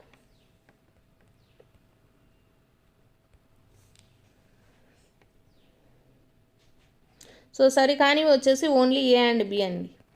ఈ రెండు సరి కానివి. సో విశాఖపట్నానికి సంబంధించి ఆంధ్రప్రదేశ్ ఇనుము కర్మాగారం ఉంది. అలాగే రూర్కేలా వచ్చేసి మనకి ఎక్కడ ఉందండి? ఒడిస్సాలో ఉంది. నెక్స్ట్, రాజ్యాంగంలో ఈ ఆర్టికల్ను అనుసరించి 18 సంవత్సరాలు నిండిన వయోజనులకు ఓటు హక్కు ఉంటుంది అనేసి ఇచ్చారండి. సో 18 సంవత్సరాలు నిండిన వారికి ఓటు హక్కు ఉంటుంది. సో ఏ ఆర్టికల్ ప్రకారము? ఆర్టికల్ 326 అండి. ఆర్టికల్ 326. నెక్స్ట్ క్వశ్చను, శివాజీ అష్టప్రధానులలో రాజ శాసనాలను ఇతడు తయారు చేసేవారు అనేసి ఇచ్చారు. సో ఎవరండి రాజ శాసనాలను తయారు చేసేది? సచీవ్ అండి. సచీవ్, ఆప్షన్ 4. నెక్స్ట్ 1773లో భారతదేశానికి తొలి గవర్నర్ జనరల్ ఎవరు అనేసి వచ్చారండి. ఎవరు? Warren Hastings. అందరికీ తెలిసిందే. 1773లో భారతదేశానికి తొలి గవర్నర్ జనరల్ ఎవరండి? Warren Hastings. నెక్స్ట్ క్వశ్చను, భారతదేశంలో లోక్సభకు 10వ సాధారణ ఎన్నికలు ఈ సంవత్సరంలో జరిగాయి. సో ఏ సంవత్సరంలో జరిగాయండి? 1991. భారతదేశంలో లోక్సభకు 10వ సాధారణ ఎన్నికలు ఏ సంవత్సరంలో? 1991వ సంవత్సరంలో జరిగాయి. నెక్స్ట్ క్వశ్చను, భారతీయ శ్రీవాద మాతామహిగా ఈ మహిళ కీర్తి గడించింది అనేసి వచ్చారండి. సో ఎవరండి? సావిత్రిబాయి పూలే. భారతీయ శ్రీవాద మాతామహి అని ఎవరిని పిలుస్తారు? Savitribai Phule, option 2. Next question, పట్టి ఉంచే సమాఖ్యకు మంచి ఉదాహరణ ఏది అనేసి ఇచ్చారండి. Holding together. ఎవరు? భారతదేశం అండి. పట్టి ఉంచే, హోల్డింగ్ టుగెదర్ సమాఖ్యకు మంచి ఉదాహరణ ఎవరు? ఏ దేశము? భారతదేశము.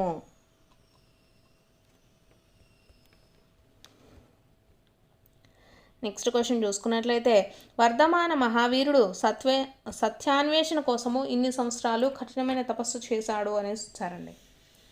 సో ఎన్ని సంవత్సరాలండి? 12 సంవత్సరాలండి. వర్ధమాన మహావీరుడు సత్యాన్వేషణ కోసము 12 సంవత్సరాలు కఠినమైన తపస్సు చేశాడు. నెక్స్ట్ క్వశ్చను, క్రింది వాణిలో ఆర్యులకు సంబంధం లేని వాక్యాన్ని గుర్తించండి అనేసి ఇచ్చారండి. సో చూసుకున్నట్లయితే ఆర్యులకు వేదాలు తెలుసు, అలాగే స్వస్తిక్ గుర్తు ఆర్యులకు పవిత్రమైనది. నెక్స్ట్ ఆర్యులు యజ్ఞాలు, యాగాలు వంటి క్రతువులను నిర్వహించేవారు. వీళ్ళు పశుపతిని పూజించే వాళ్ళు కాదండి, ఆర్యులు అమ్మతల్లిని పూజించే వాళ్ళు అనమాట. సో కాబట్టి ఆప్షన్ 2 అనేది మనకు రాంగ్ అండి. ఇక్కడ సరి కానటువంటిది, సంబంధం లేనిది అడిగారు కాబట్టి ఆప్షన్ 2.